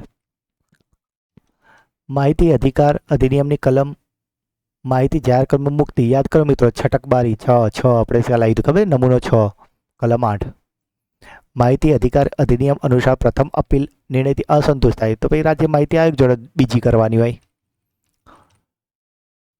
કોને આજે RTIમાંથી મુક્તિ મળી છે? તો ફોરેન્સિક સાયન્સ લેબોરેટરી, સ્થાનીય ગુના શાખા, ત્રણેય મોડી. આપણે ખબર કીધું પોલીસ જે રાષ્ટ્રીય સુરક્ષાની મેટર હોય ને એ બધાને છુટ્ટી આપી દે, આપણે કીધું હતું, એટલે 1, 2, 3 બધું આવશે. RTમાં રેકોર્ડ એટલે શું? રેકોર્ડ એટલે દસ્તાવેજ બી આવે, હસ્તપ્રત બી આવે, ફાઇનલ બી થતો નથી કીધું ને તો સૂચનાઓ ના આવે. આ 3 વસ્તુ આવે. RTI 2005માં ત્રાહિત પક્ષકાર એટલે શું? તો ત્રાહિત પક્ષકાર એટલે કોઈ વ્યક્તિ, માહિતી સિવાયનો કોઈ વ્યક્તિ. આ સાચું આવશે. તેમાં જાહેર સત્તામાં ઓકે 1 ને 2 બંને સાચા છે. RTI 2005 મુજબ નીચેના પૈકી કોનો સમાવેશ સત્તામંડળમાં થતો નથી? સહકારી બેંકનો ના થાય. આ 3 તો થઈ જાય. આ હવે એકદમ પપલું પ્રશ્ન આવી ગયા. નીચેના પૈકી કયું સામાન્ય તરુણાવસ્થાનું લક્ષણ નથી? તો તરુણાવસ્થામાં ખબર જ છે જે પેલા ટીનેજર્સ બોય હોય ને, કલ્પનાશીલ, લાગણીશીલ બોય, બહુ સેન્સિટિવ હોય, બરાબર, એ લોકોને બહુ આ ઇન્ડિપેન્ડન્ટ રહેવું ગમતું હોય, બરાબર, પોતાના લુક પ્રત્યે એકદમ હીરો બનીને ફરતા હોય, એ બધું, બરાબર. એટલે લક્ષણ નથી. સામાજિક આજે કેમ પરિપક્વતા બહુ ના હોય, કૌટુંબિક જવાબદારી ના હોય, એ થોડા સ્વચ્છંદી હોય. જ્યારે ટીનેજમાં હોય ને ત્યારે આપણે બી ખબર 16-17 વર્ષના અત્યારે કેવા હતા, થોડા બિંદાસ ટાઈપના હતા ને, એ રીતે. એટલે ડી જવાબ આવશે. શિક્ષણમાં પંચપદી તો આનું હતું, જ્હોન ફ્રેડરિક હર્બર્ટ. પરીક્ષામાં નિષ્ફળ જનાર અભ્યાસ પ્રત્યે વધુ ધ્યાન કેન્દ્રિત કરે છે, બરાબર. તમારે આ પરીક્ષા આપી એટલે હવે થયું છે ને કે આવનારી ટાટની પરીક્ષામાં કે જીપીએસસીની પરીક્ષામાં હોય તો જોરદાર મહેનત કરીશું. અને જે લોકોએ MK સરના વિડીયો થોડા જોતા હતા, કોઈ વાર વચ્ચે જોતા, થોડા છોડતા, હવે એમને નક્કી કર્યું છે ને કે હવે તો રોજ જોઈશું. એટલે હવે તમે શું થઈ ગયા? લક્ષ્ય કેન્દ્રિત. નીચેનામાંથી કયું લક્ષણ ઝડપી અધ્યક્ષતાનું લક્ષણ સૂચવે છે? ઝડપી માટે તર્કશક્તિ, નિર્ણય શક્તિ, બરાબર. જો મિત્રો ગળું બી સુકાઈ ગયું બોલીને. રાતના કેટલા? 2:30 વાગ્યા છે. ઓકે. કઈ અવસ્થાને પ્રશ્ન પૂછવાની ઉંમર તરીકે ઓળખવામાં આવે છે? તો મિત્રો આ કઈ અવસ્થા છે પ્રશ્ન પૂછે? પ્રારંભિક બાલ્ય અવસ્થામાં. ખબર છે તમારું છોકરું હોય ને 6-7 વર્ષનો, તો જોજો એ બહુ પ્રશ્ન પૂછતું હશે. પપ્પા આ કેમ, મમ્મી આમ કેમ, આ શું છે, તે શું છે, કારણ કે પ્રશ્ન પૂછવાની ઉંમર છે. અને આપણે છે ને ગુસ્સો થઈને ચૂપ નહીં કરવાનું, એને જવાબ આપવાના, બરાબર, કારણ કે એની ઉંમર છે, નવું શીખવાની ઈચ્છા થતી હોય, જાણવાની. બાળકને ગોળ આકારની સંકલ્પના સમજાવવા લખોટી બતાવી એટલે મૂર્ત પરથી અમૂર્ત દેખીતી વસ્તુ તરત આવડી જાય. તો નીચેના પૈકી કઈ લાક્ષણિકતા નિદાન કસોટી માટેની નથી પૂછ્યું છે? તો વર્ક બઢતી ના આવે એમાં. 198. બુદ્ધિ કસોટીઓનો ઉપયોગ શાના માટે ના થાય? તો શૈક્ષણિક માટે થાય. વ્યક્તિગત, તમારી જે જોબ લેવા જાય ઇન્ટરવ્યૂ લે ને, એ વ્યક્તિગત થઈ ગયું. વ્યવસાયિક બી થઈ ગયું, બરાબર. હા, એ પણ આવે. હા, યસ. આજે આપણા કોઈ બોલ્યા સબસ્ક્રાઈબર કે સાહેબ છોકરી જોવા જઈએ ત્યારે બી વ્યક્તિગત, બરાબર, ઇન્ટરવ્યૂ થાય ને, એ બી એકબીજાનું માર્ગદર્શન જ છે. પોતાનું વિઝન ક્લિયર થાય કે આને શું ગમે, શું નહીં ગમતું, બરાબર. પણ એ સામાજિક માર્ગદર્શન જવાબ આવે, એ ના આવે. અધ્યાપન મનોવિજ્ઞાન એટલે શું? અધ્યાપન પ્રક્રિયાની સુધારણા માટેનો સિદ્ધાંત. અને છેલ્લું આવે છે મિત્રો, આને ટ્વિસ્ટ કરીને પૂછ્યું હતું થોડું. અધ્યયન, ધારણ અને વિસ્મૃતિ વચ્ચેનો સંબંધ શું છે? હવે એકચ્યુઅલી મિત્રો આવે શું ખબર? ધારણ અને વિસ્મૃતિ બંને ભેગું થાય ને એટલે અધ્યયન થાય. તો અહીંયા ગણિત ઘુસાડી દીધું. એટલે આનું સૂત્ર થાય અધ્યયન ઇઝ ઇક્વલ ટુ ધારણ વત્તા વિસ્મૃતિ, બરાબર. બહુ વિસ્મૃતિને કરતા બનાવું તો ધારણ આ બાજુ બરાબરની આ બાજુ. પર લખીને સમજાવું તમને. જો અહીંયા આ રીતે છે કે અધ્યયન ઇઝ ઇક્વલ ટુ ધારણ વત્તા વિસ્મૃતિ, બરાબર. હવે ધારણ બરાબરની આ બાજુ છે, બરાબરની આ બાજુ જાય એટલે ઓછા થઈ જાય. એટલે આપણો જવાબ આવે વિસ્મૃતિ ઇઝ ઇક્વલ ટુ અધ્યયન માઇનસ ધારણ. જોયું? મનોવિજ્ઞાનમાં ગણિત આવી જાય છે. તો મિત્રો આ હતું મદદનીશ કેળવણી નિરીક્ષક EEI 2026ની પરીક્ષાનું સોલ્યુશન. આ સોલ્યુશન ફરીથી કહું છું, ઓફિશિયલ નથી, બરાબર. હા, મેં મારી બુદ્ધિ મુજબ, મારી જાણ મુજબ મેં સોલ્વ કર્યું છે. બની શકે કે આમાં પણ કંઈક ખોટું હોઈ શકે, બરાબર. એટલે કોમેન્ટમાં પછી લખતા નહીં કે સાહેબ પહેલા પ્રશ્નમાં આવે ને પહેલામાં આવે, બરાબર. એટલે પહેલાં જ કહું છું, મોટા ભાગનું બધું સાચું જશે. તમને આના આધારે તમે તમારા માર્ક્સ કેલ્ક્યુલેટ કરી લેજો. જો 100 ઉપર જતા હોય ને તો મેથ્સની તૈયારી ચાલુ કરી દેજો, બરાબર. જો ના જતા હોય ને તો જીપીએસસી ક્લાસ 1-2ની ચાલુ કરી દેજો. ઓકે. અને મિત્રો સાથે જ જીપીએસસીની પરીક્ષા આવી રહી છે, એના માટે છેલ્લા 8 મહિનાનું કરંટ અફેર્સ કરવાનું છે. હજુ એ પરીક્ષા આવતા બીજા 4 મહિના નીકળી જશે. એટલા માટે છેલ્લા 4 મહિનાનો વિડીયો આપણે આવી ગયો છે, તો એ વિડીયોને એકદમ ધ્યાનથી જોઈ લેજો. એટલે છેલ્લા 4 મહિનાને તૈયાર થઈ જશે. અને ત્યારબાદ રોજના 15-15 મિનિટના વિડીયો ડેઈલી જોવાનું ચાલુ કરી દેજો. એટલે બાકીના 4 મહિના તમારે કોઈ લોડ વગર થઈ જશે. અને ટોટલ 8 મહિનાનું કરશો ને એટલે આરામથી બેટિંગ કરી લેશો, બરાબર. તો આ વિડીયો જો ના જોયો ને તો આની લિંક પણ હું ડિસ્ક્રિપ્શનમાં આપી દઈશ. આને પણ જોઈ લેજો અને ખાસ જોજો યાર. હા, શોર્ટકટના ચક્કરમાં ના પડો. જે યુટ્યુબમાં બીજા વિડીયો પડ્યા હોય ને કે 20 મિનિટના વિડીયોમાં મહિનાનું કરંટ અફેર્સ, અરે ના થાય યાર, બરાબર. 20 કે 30 મિનિટના વિડીયો માંડ 25 કે 30 પ્રશ્નો કવર થાય, કે મેક્સિમમ 50 થાય બહુ સ્પીડમાં દોડાવો તો, બરાબર. પણ એ એટલા પ્રશ્નો વિચારીને તમે વિચારતો ને કે મહિનાનું કરંટ અફેર્સ થઈ ગયું, તો ના થાય મિત્રો, બરાબર.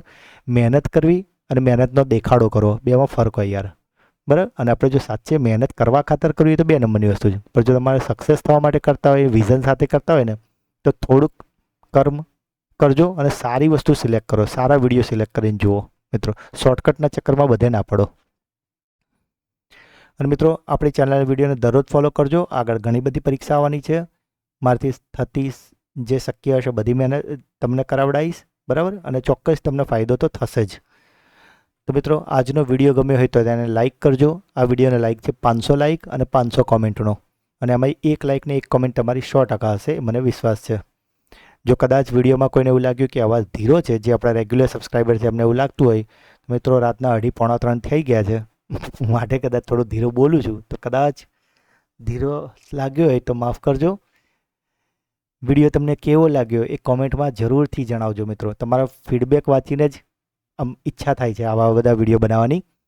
અને હું દરેક કોમેન્ટ વાંચું છું અને દરેક કોમેન્ટનો રિપ્લાય હું 100% કરું છું. એટલે કોમેન્ટ જરૂરથી કરજો. જે સૌથી બેસ્ટ કોમેન્ટો આવે છે ને એનું પિન પણ કરું છું, બરાબર, કે જેથી કરીને તમારો પ્રતિભાવ બીજા મિત્રો પણ વાંચી શકે. વિડીયોને વધારેમાં વધારે તમારા વોટ્સઅપ, ટેલિગ્રામમાં તમામ મિત્રો સાથે શેર કરજો. ચેનલને સબસ્ક્રાઈબ ના કરી હોય તો અત્યારે જ કરી લેજો. તો મિત્રો મળીએ છીએ એક નવા વિડીયોમાં. ત્યાં સુધી ભણતા રહો, આગળ વધતા રહો. જય હિન્દ, જય ભારત, જય ગુજરાત.